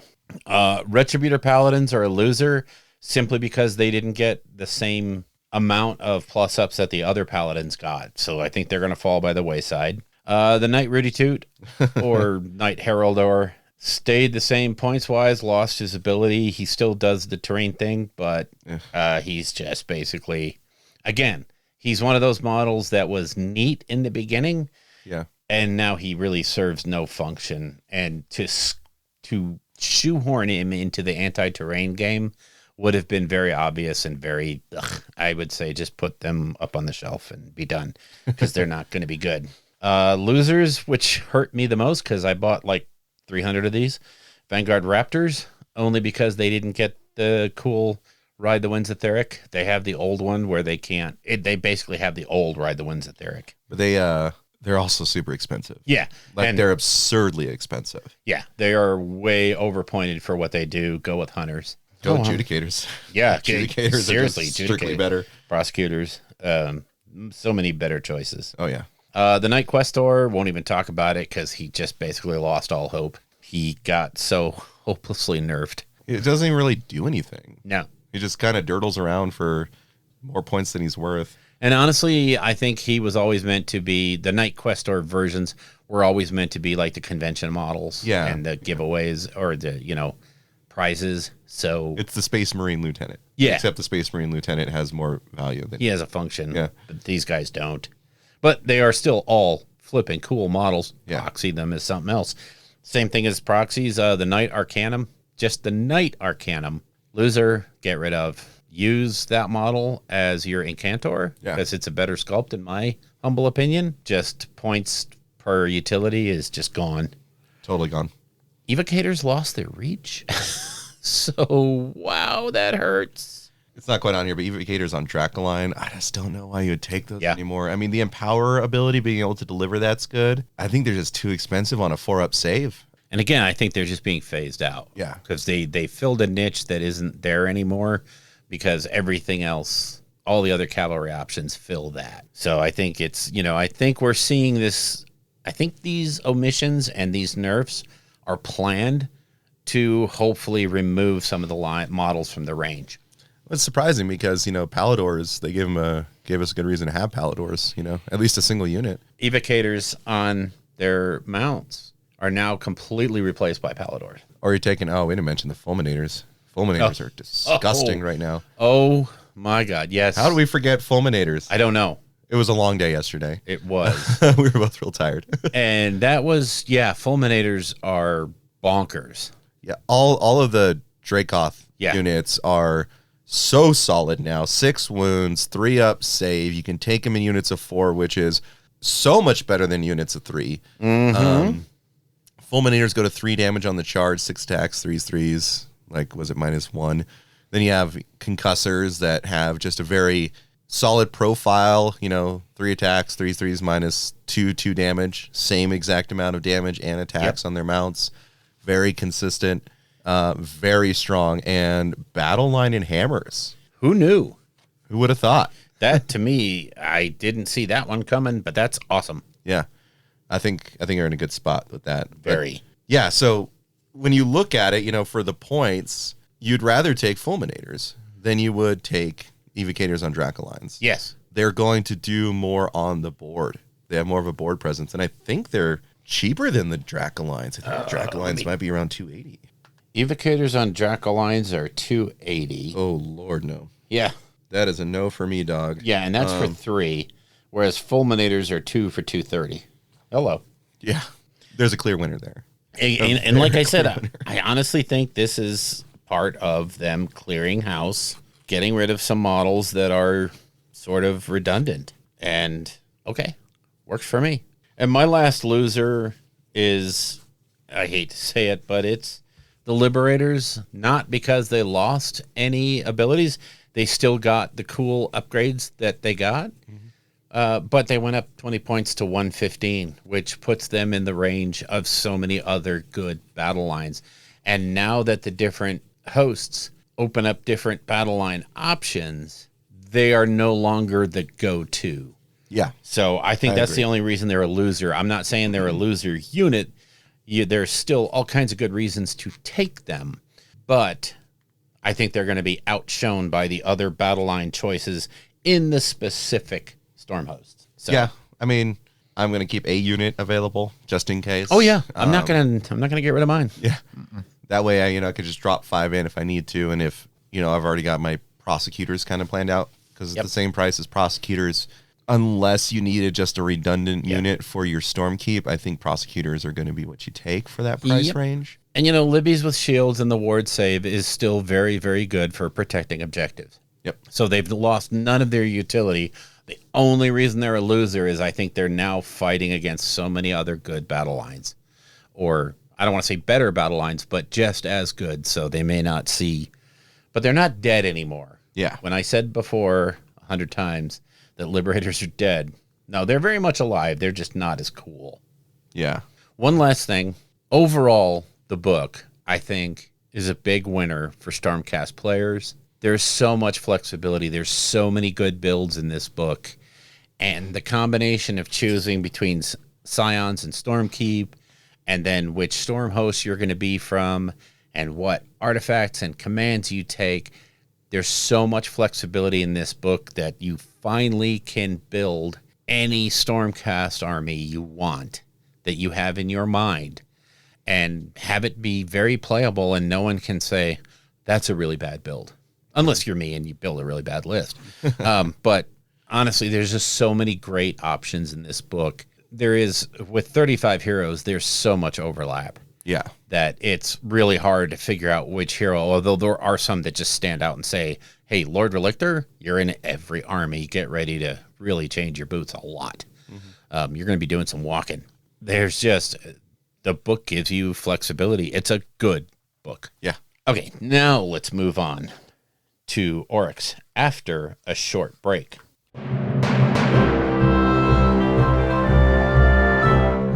Okay, so let's pick up the lore with the Orruk Warclans book. Yeah, okay. I'm here for these boys. Oh, talk to me. All right, so start off with Cruel Boys. So Cruel Boy, it's really interesting because if you look at how Destruction has always played, it is very much what Destruction does. Iron Jaws. We get up the board quickly and get into combat. Yeah. Right? Yeah. Savage Orcs. We have tons of bodies that get up the board quickly and get into combat. Punch you in the face. Right? Cruel Boys, you can kind of do that, but they are very, very techy. They're very, I think they're going to require a high level of skill to pilot correctly. Yes. But when piloted correctly, the amount of tricks, particularly their dirty tricks that they have, are just out of this world. Now, a lot of people just see the poison on the Swamp Collar Shaman. They're like, oh, I should run like 3 of those or something. Yeah. And just try and maximize the amount of poison. I don't think that's the right play because there's so many other good things that interact with it. But yeah, 1 Swamp Collar Shaman, great. But then you need to look at Gobsprak and what he does. Good Lord. So, such a strong piece. Even I put him on my list of, wow. Yeah. He's so great. I mean, he's got, whenever he unbinds a spell, take D3 mortals is what it is. It's Mork Says No. If he unbinds on a 10 plus, which means it can be modified, right? Yeah. Does D6 mortals instead to the caster, which is just so absurd. Once per game, he can unbind with 3d6. Yep. Thank God. Yeah, Mouth of Mork. If this unit issues the redeploy command to a Cruel Boys unit, you can re-roll the dice. Ooh. If the unit issues the Unleash Hell command to a Cruel Boys unit, you do not have to subtract 1 from the hit roll. Right. I'm a big fan of big yellers. Yeah. Though if you're going to do more melee monster focused, I think you probably would go with the bug one. Skullbugs or something like that. Yeah. That's one I think you would go with for that. But Gobsprak just has that, like, it talks specifically about redeploy and Unleash Hell, which tells me big yellers. Yeah. Right? Because you want to back your shooters up, or if you're going to have your shooters Unleash Hell, now they don't have to, get the -1 to hit. Kill a boss is also something to consider, given the fact that he can, issue 2 of the same command. So that's really good. That's huge. And I mean, just all around, I mean, with their dirty tricks and everything, it's going to take a lot. It's got a high skill floor, but I feel like a very high skill ceiling. Yeah, it's, Anders hit me up yesterday as to why I didn't pre-order any of the Cruel Boy stuff. And I'm pretty much flat out at the point to where I don't know if I could drive them that well. Yeah. I know I can do Iron Jaws. I know I can do Bone Splitters. I don't think I'm mentally ready to do these guys when I'm still trying to digest Stormcast. Yeah. So I'm like, I'm not going to just pre-order it for the sake of pre-ordering it. By the time I get around to these guys, they'll be available. Yeah, for me, I'm a big fan of the big yellers, so I'm trying to work out a build for that. Oh, yeah. I've definitely, thrown down a few, smooth brain lists on it, where it's just how do I maximize the amount of shots I get, while still having, some good tech pieces. So, I'm just so good in here, Swamp Boss Scumdrek. The thing about that one that's just so solid is the Sludge Raker Venom, which is add 1 to the number of mortal wounds caused by venom-encrusted weapons battle trait if they're wholly within 12. Yeah. So both him and the generic one have it. He's only 5 points more than the generic version, and you get an extra wound. So I kind of say pay the 5 points. And then if you want to have another Sludge Raker Beast, if you're going the full monster, then you just take the unnamed one. You double down, and that way you can throw artifacts and stuff at them. Yeah, and so then also, too, the Marsh Crawler Slogoth. +1 to hit, wholly within 18 inches for melee. Again, if you're doing a monster melee heavy orientation, you're taking him. The Breaker Boss on Meyer Brute Troggoth, it's a beat stick of a hero. The biggest thing about it, it's Bident Goad is all right. It's 5 attacks, 3s, no Ren, 2 damage. Okay. Yeah. Venom encrusted weapon. But the Ironbound Clubs, right? That's the boy on the bottom. Yeah. So that's 4 attacks, 3s, -2, 3 damage. Jesus. But in the hero phase, the combat phase, you can poke him with your pokey shoes, and he takes D3 mortals. And for every mortal he takes, he adds 2 attacks. Oh gosh.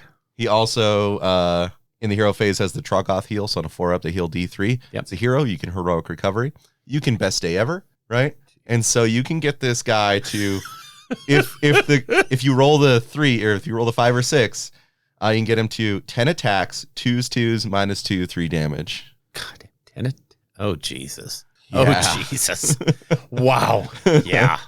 That is an absurd amount of damage that's going to be coming through, right? Yeah. It's going to be on average 8.3 wounds or something like that.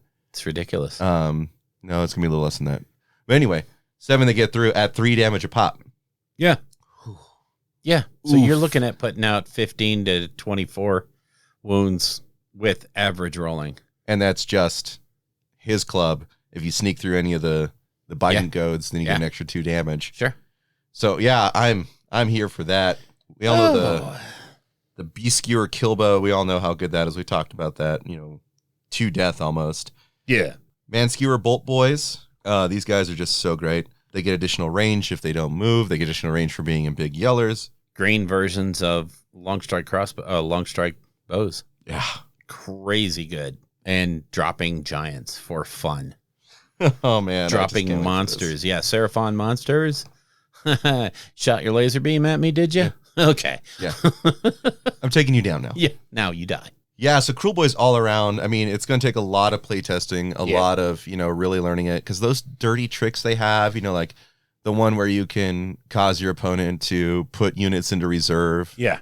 Super techy. It's all on a roll. So, but also covered in mud. If you're wholly within cover, you can't, you're not in line of sight. Right. Or if you're in cover, you're not within line of sight. So it's so good. Yeah. So much to work through. There's such a different play style for orcs, but I hate, I don't want to say they're the thinking man's orcs, but honestly, it's for people that have always wanted to play orcs, but kind of didn't want that just straight out in your face, beat down style. They wanted something with a little more, style. Yeah. And the Cruel Boys just play right into that. So yeah, I think big winner. Obviously, they're the new poster boys. So go figure. Yeah. I mean, they're cunning. but brutal. They're very cunning and brutal. Very brutal. Now, Iron Jaws. Oh my God. All right, so I think Cruel Boys with the skill ceiling, like eventually I think if you're good enough, you could be better than the Iron Jaws. Yes. Just because of the tricksiness of them. Yeah. But the Iron Jaws are just the most overtly powerful of the three. If you want in your face in Iron Jaws, oh my God, you got it. Yeah. I mean, so the Mega Boss on Maw Crusher and the Mega Boss both have these bellows, right? Yeah. Where they can issue the same command to multiple units. So the one on the Maw Crusher gets issued to 3 units. Yep. And the Mega Boss on Foot gets issued to 2. 2. Yeah, and oof. Ryan told me about that, I think last night. Mm-hmm. And, you know, I was drafting up this list and I was like, oh, yeah, there's some really good Iron Jaws units. And then he dropped that on me and I'm like, I had overlooked that completely. That is so strong. Oh, yeah. Oh, my gosh. And then Brutes with their, I mean, Duff Up the Big Stuff it got changed. Mm-hmm. Now it's +1 to hit against a monster with 4 or more wounds. So, okay, arguably it's not as good as it was, but it plays more into the theme of this version. Yeah. But the idea that they prevent 1 wound models from contesting objectives, Mm-hmm. they're just such a presence that your Lumineth dudes, you're not here. Yeah. So that is huge. In an objective game, things that muck with objectives are good, and Brutes are really good. And I think what this does is it stops that, or not stops, but it will alleviate some of that. My idea is to just throw all my Brutes into the center of the board and say, come get me. Yeah. You're going to spread them out because of their ability to mess with objectives. Mm-hmm. And so you're going to see units I think you are going to reinforce your Brutes, Mm-hmm. but they're also going to be spread out a little bit more. So they're not just, a pack of 30 Brutes with 2 Maw Crushers on either end, which was kind of the play style for a while. Yeah. And it was so boring and predictable. It was really good, but it was like, yeah, this is fun. Not. Yeah, it's interesting now because before, like, Brutes were like, yeah, I just take them so I can duff up the big thing. But they now swing down in a weird way. Yeah. Right? I mean, their damage is very consistent. Getting the +1 to hit against the monsters makes a lot of the weapons stronger, right? Getting to 3s and 3s instead of 4s and 3s on some of your important ones, like the Gore Choppa, right? Yeah. Which is your 1 in every 5. Yep. And that's the one that has 2 rend. But you can also take the Jagged Gore Hackas. Yeah. Right? Which also has a 2-inch range, but it only does 1 damage. Yeah. So, them being able to flex up or down like that almost fits the Brute name, right? Yeah. I like that. It's very thematic. And again, I didn't say this earlier. I really feel like the armies play like you think they should. Yes. Like how they're written, they play like that. Yes. Exactly. A lot of the changes in the Iron Jaws range make them a lot more like Iron Jaws should be in fiction. Yeah. Or in the lore. Yeah. And it's great to see. It is so much fun.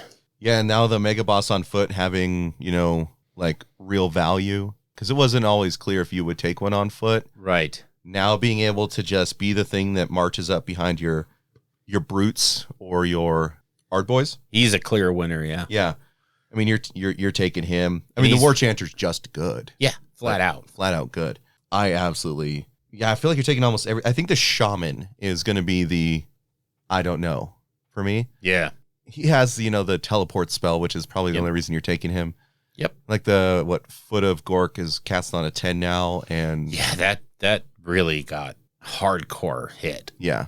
Which was like, why? Like it's it's okay, it's such a random spell, And the thing about getting Foot of Gork is when you did it and it worked, you felt good.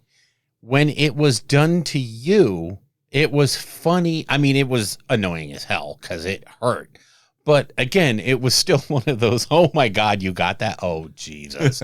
So it was never one of those spells that you were like, well, this is just broken. Yeah. Because it's always been so tough to bring down. But then when it goes and it keeps going and going and going, and you're just like, I hate you.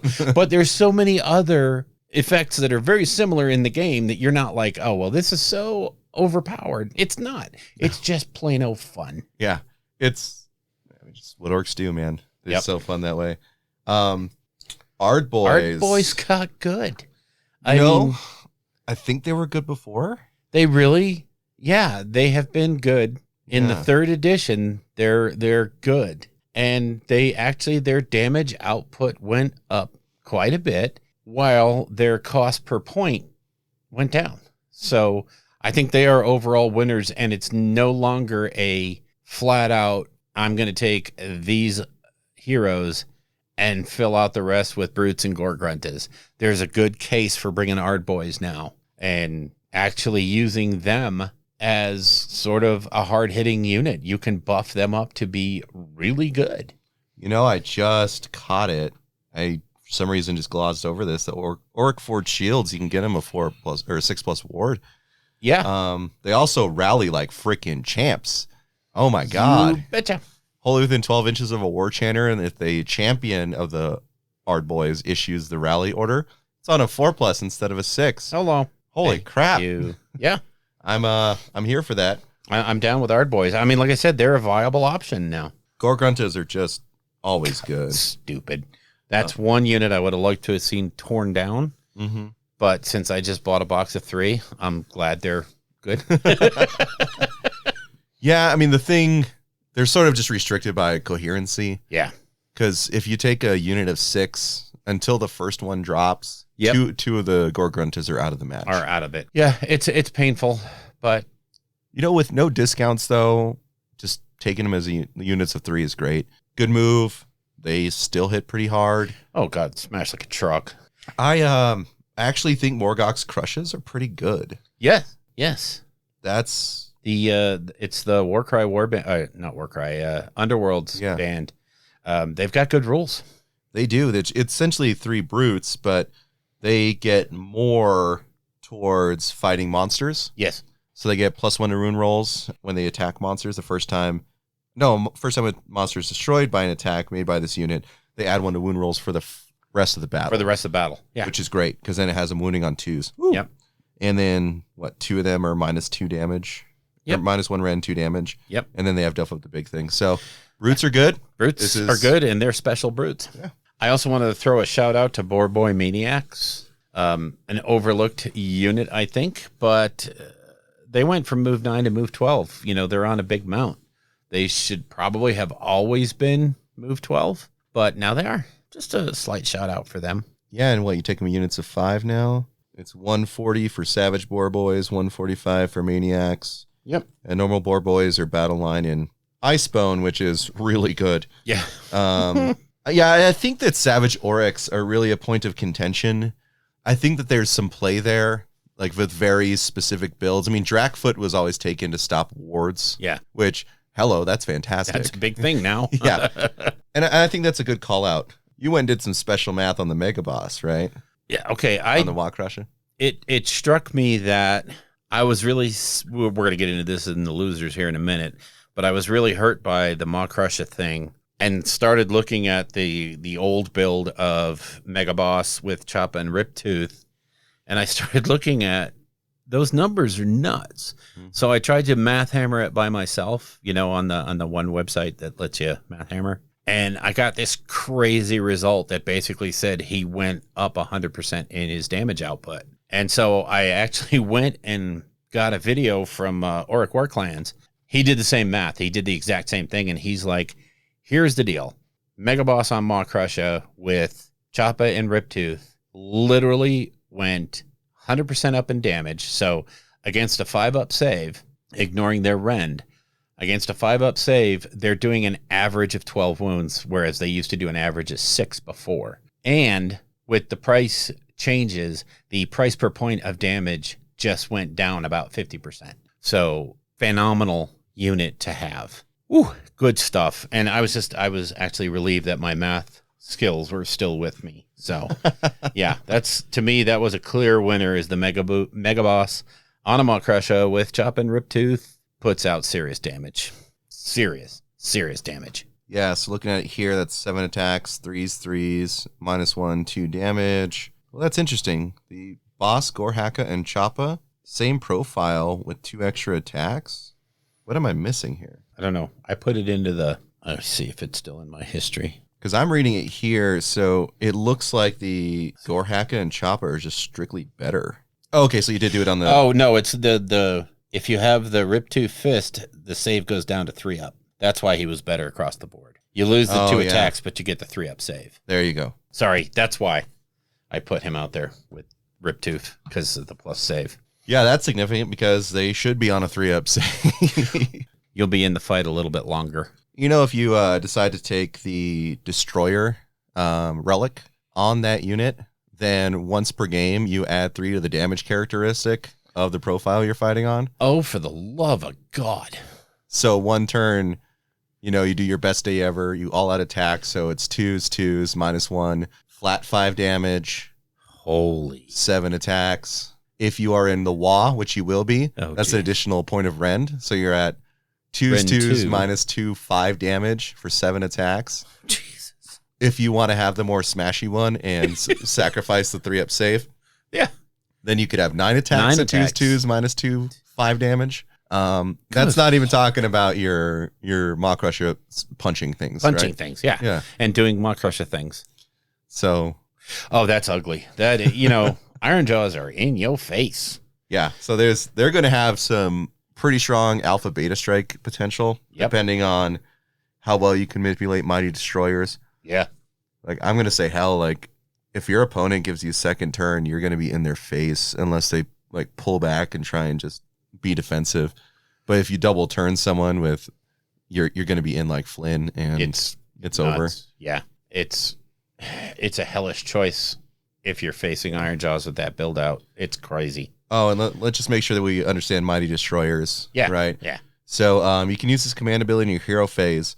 The model that issues the command must be an Iron Jaws model, and the unit that receives the command must be an Iron Jaws unit. If the unit received the command is more than 12 inches from all enemy units, you must make a normal move with that unit. If the unit that received the command is within 3 inches of an enemy unit, you must make a pylon move with each model in the unit. Oh my God. If the unit was within 12 inches of an enemy unit and more than 3 inches, you must attempt a charge with that unit. Oh my gosh. Yeah. So, again, you have your Maw Crusher issuing it to 3 units, so Jesus probably Christ. itself and 2 others. Yeah.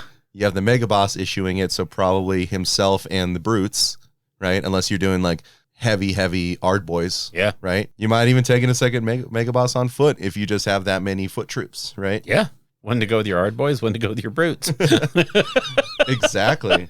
It's amazing. It's amazing. It's sick. Things you can pull off with Iron Jaws are nuts. Let's get into the losers in the book now, and I think there's 2 standout losers. Maw Crusher bosses, Gordrak and the Mega Boss. I mean, I know we just talked about how good they can be, but they did go up to a 4-up save. Doesn't make any sense to me. It doesn't make any sense. They did gain a wound and got more consistent damage output. But honestly, it sounds so silly, but that change from a 3-up to a 4-up save is huge.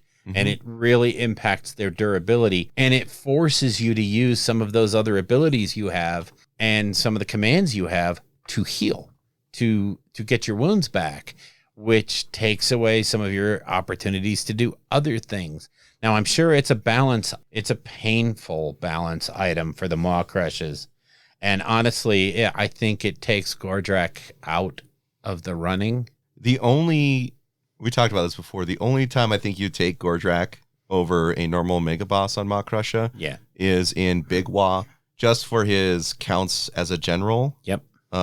Since he's a War Master in Orruk Warclans. Yep. Because that helps you make sure you still get your D6. Generates points. Yeah. And it's huge. But the Mega Boss on Maw Crusher with the Rip-Tooth Fist is very significant because it doesn't get +1 save. Right. It changes his save characteristic to 3+. And so, that's huge. It's it's a change to the stat line. I will sacrifice 2 attacks. Yeah. In order to have more survivability. You betcha. Because if you have that and you take Destroyer, you're going to be making up for the damage anyway when you need to spike it. And this thing is you want to protect yourself until you can spike. That's right. You need to be alive to be in that position to spike. I mean, and point-wise, Gordrak is what, 520? Yeah. 560. And the Mega Boss on Maw Crusher is 480. Yeah. Yes, I will gladly earn 80 additional points to have a better monster. Yeah. Yeah. Better across the board. So poor Gordrak, alas. And poor Gordrak, I knew you well, but you're gone. And then, of course, the other big loser, Bone Splitters across the board. Generally speaking, yeah. They are definitely the hoardiest of the Orruk Warclans. Yep. They are definitely built to have a multitude of bodies. Yeah. They do have a 6-up ward across the board. Yes, that's huge. Yeah, that's the thing. Their WA makes it so they all get a 4-up ward for a phase. Yeah. Right? That's okay. Big. It could be, when they try to, this is their big turn where they're, coming down. You're like, now I have a 4-up ward against everything. Could do something. Their native ability is 6s to hit are 2 hits. Yeah. If you take Ice Bones, 6s to wound are mortal wounds and it stops. Mortal wound stop. Yep. That's not bad. Nope. But their tech pieces got weaker. Well, and they lost their extra damage against monsters. Yeah. Which is, in this particular battle pack, General's Handbook, is very hurtful to them. Yeah. The Warlock lost his priest keyword, and now dances have to be rolled for. Ow. I feel like the dances are pretty strong, though. They are, and this is a balancing change. Again, it's a nerf. Yeah. Yeah. When I looked at the war doc, like I think the glyph doc dance or the weird doc dance are the ones that are generally going to be taken. Oh yeah. And like on a 3+, you pick a unit wholly within 12, and they get +1 of their save rolls until your next hero phase. So double turn proof. Yeah, just so good. It is very good. But he has to give up a cast for it. Yeah, I don't like it. Yep. I don't like it. Another strange change, which I understand to speed up the game. The Arrow Boys not only went up in points, but they lost their bonus attack for having more than 15 models. So, yay? Well, they pretty much want you to stick them into, what is it? Bone Grins, I think is what it is. Yeah. Because then you just get +1 to your attack characteristic for everything. Ranged weapons. Right. So no more of this just bringing crazy amounts of Arrow Boys just for the fun of it. Another loser that's not quite Bone Splitters is the Mega Boss lost his synergy with Brutes. The Mega Boss on foot no longer has the +1 to hit within 5 inches aura with Brutes. So that's sad. Well, they do have their built-in +1 to hit for monsters. And again, a lot of the stuff got pulled out of the War Scrolls and baked into the tome. So, I mean, it's made up for, but it's still, it used to be so cool. Yeah, I like the Bone Splitters just aesthetically and all that. I think that they have some play. They're definitely like pretty low on the totem pole in terms of like how good the army would be, but they have some fun play styles. We were talking about how you can make a crazy savage big boss who is, I think, the cheapest hero in the game, possibly at 65 points. 60. So if you give him the glowing tattoos, then he gets +2 to his ward. So when he he's got a 2-up ward save. Yeah, I mean, you can make him stupid. Right. But what are you getting out of it? Like the problem I see with Bone Splitters is that they might, if you're doing the Ice Bones, whichever one that is, right? Yeah. They might be able to have a decent mortal wound output, right? Just because your 6s to hit explode. Sure. You've got a lot of attacks, and then your 6s to wound, mortal wound, right? So there's a possibility that you might be able to get, some output. Drakfoot stopping ward saves is okay. I think that does have some play, depending. Oh, yeah. But I feel like Savage Orcs just run up and don't do anything. Right. They're honestly, if I had to call it, I would say that moving forward, they want to see Cruel Boys and Iron Jaws and kind of take the Bone Splitter range, which is all old models, and sort of move it out. I'm not saying that they're gone tomorrow, but I think they're on the they're on the cusp of being deprecated, like a lot of the Stormcast useless heroes and silly units that just duplicate what other units do. I think we could see constriction of the range here soon. I don't know. Within a year or 5. So or they might just double down and release a whole new set of bone splitters here in the near future. We don't know. Yeah, I mean, they can definitely use some help, because one thing is that there's supposed to be monster killers. They don't have any monsters of their own. Like, you have to take, like, a Gargant or something to help them out. And they've lost a lot of their specific monstery abilities. Yeah, like, so now the big stabbers, instead of, like, just totally jacking up monsters, it's when they die, you have a possibility of doing mortal wounds to a monster. Yeah. Flat 2 damage. That's the average roll for a D3, which is what it used to be before. It does have a 3-inch range, so you can kind of poke over the top of other units. Yeah, that's huge. It's just, I just don't feel like they're doing much of anything. And it's almost like they're there just to make sure you have certain pieces for Big Wah. Yeah. Which Big Wah, in a way, it was streamlined. It was simplified. It's okay. Yeah. Yeah. It's not the auto take option. I think Iron Jaws is probably the auto take option. Sure. Until you can get good enough with Cruel Boys. Yep. But I mean, Big Wah's fine. It is. Yeah. I mean, I think the whole book on the whole is good. Yeah. There's lots of things in here, and no matter what you play, I think there's stuff. I think if you're Bone Splitters, it's going to be a little bit more of an uphill. If you're Iron Jaws, I don't think there's been pluses and minuses, so you're pretty much even across the board. If you're Cruel Boys, well, you've never been Cruel Boys before, so you have nothing really to look back and cry about. Yeah. So it's well, I mean, there's just nothing to lament for being lost. No, it's all new. So, and it's a completely different play style. Yeah. So that's a big plus up for the book. I have to say both these books are winners. Yeah, on the whole, I definitely think they're winners. And a lot of times, well, there are some in the Stormcast that are just straight losers. Yeah. Yeah, but it's okay. And when I look at, I'd say this. All right, so on the whole, I think Stormcast won a little bit more. Yeah. But the Orcs lost less. And when I say that is that when I look at the Bone Splitters, it's not that I think they're bad. They're losers only because they didn't get good like the others are. Right. Right?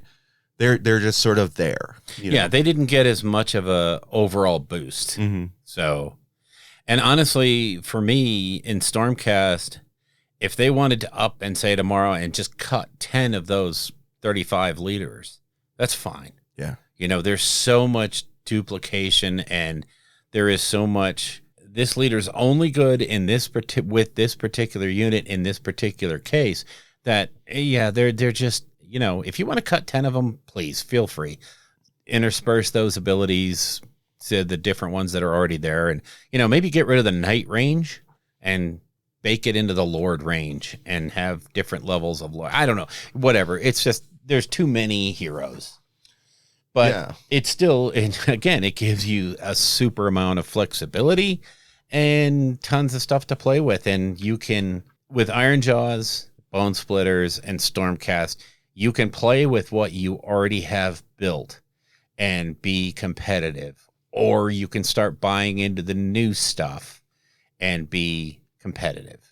You're not, if you just have an old Stormcast army, you're not feeling like, well, I have to go out and buy these new models. Otherwise, I'm out of it, with the exception of a couple of heroes here and there. But you have Relictors, you have Castellans, you have Celestins, you have what you need. If you're Iron Jaws, you got what you need, period, end of story. You may have to retire Gordrak or proxy him as just a regular, but you're not hurt. No. You're going to play and play well. Oh, yeah. So I think the books are winners overall. Yeah, I'm excited to start trying to get some games in with these new guys. Yep. Which apparently no dragons next week. So oh, jeez. Maybe a couple more weeks. Oh, please, before the end of the year. Certainly not going to be here before New Orleans. And on the New Orleans front, I'm not going. You're not going. No. The best laid plans have pretty much been overridden by human events. Yeah. So, unfortunately, we had this huge group of people that were going from the store, and it has now dwindled to Anders is going. I think he's going to cancel too. Yeah, is he? Yeah. I mean, I would have loved to go.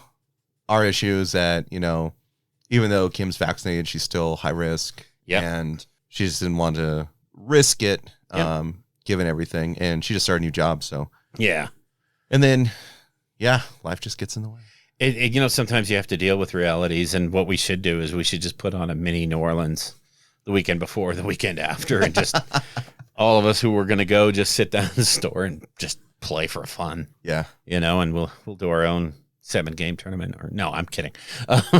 But yeah, so I think that about wraps up the show. Think so too. Thanks for joining us, folks. And then, of course, always, if you're on the Discord, let us know your thoughts. Yeah, please feel free and call us out for what we were wrong or what we missed, because I'm sure there's other winners that we didn't quite grok at the moment. And yeah, let us know what you think.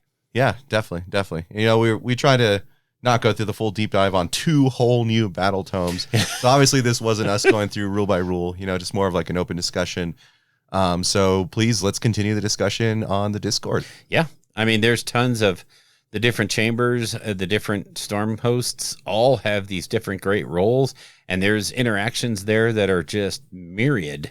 Mm-hmm. So yeah. And same thing with, the different clans for the orcs, so many different options. It's awesome. Yeah.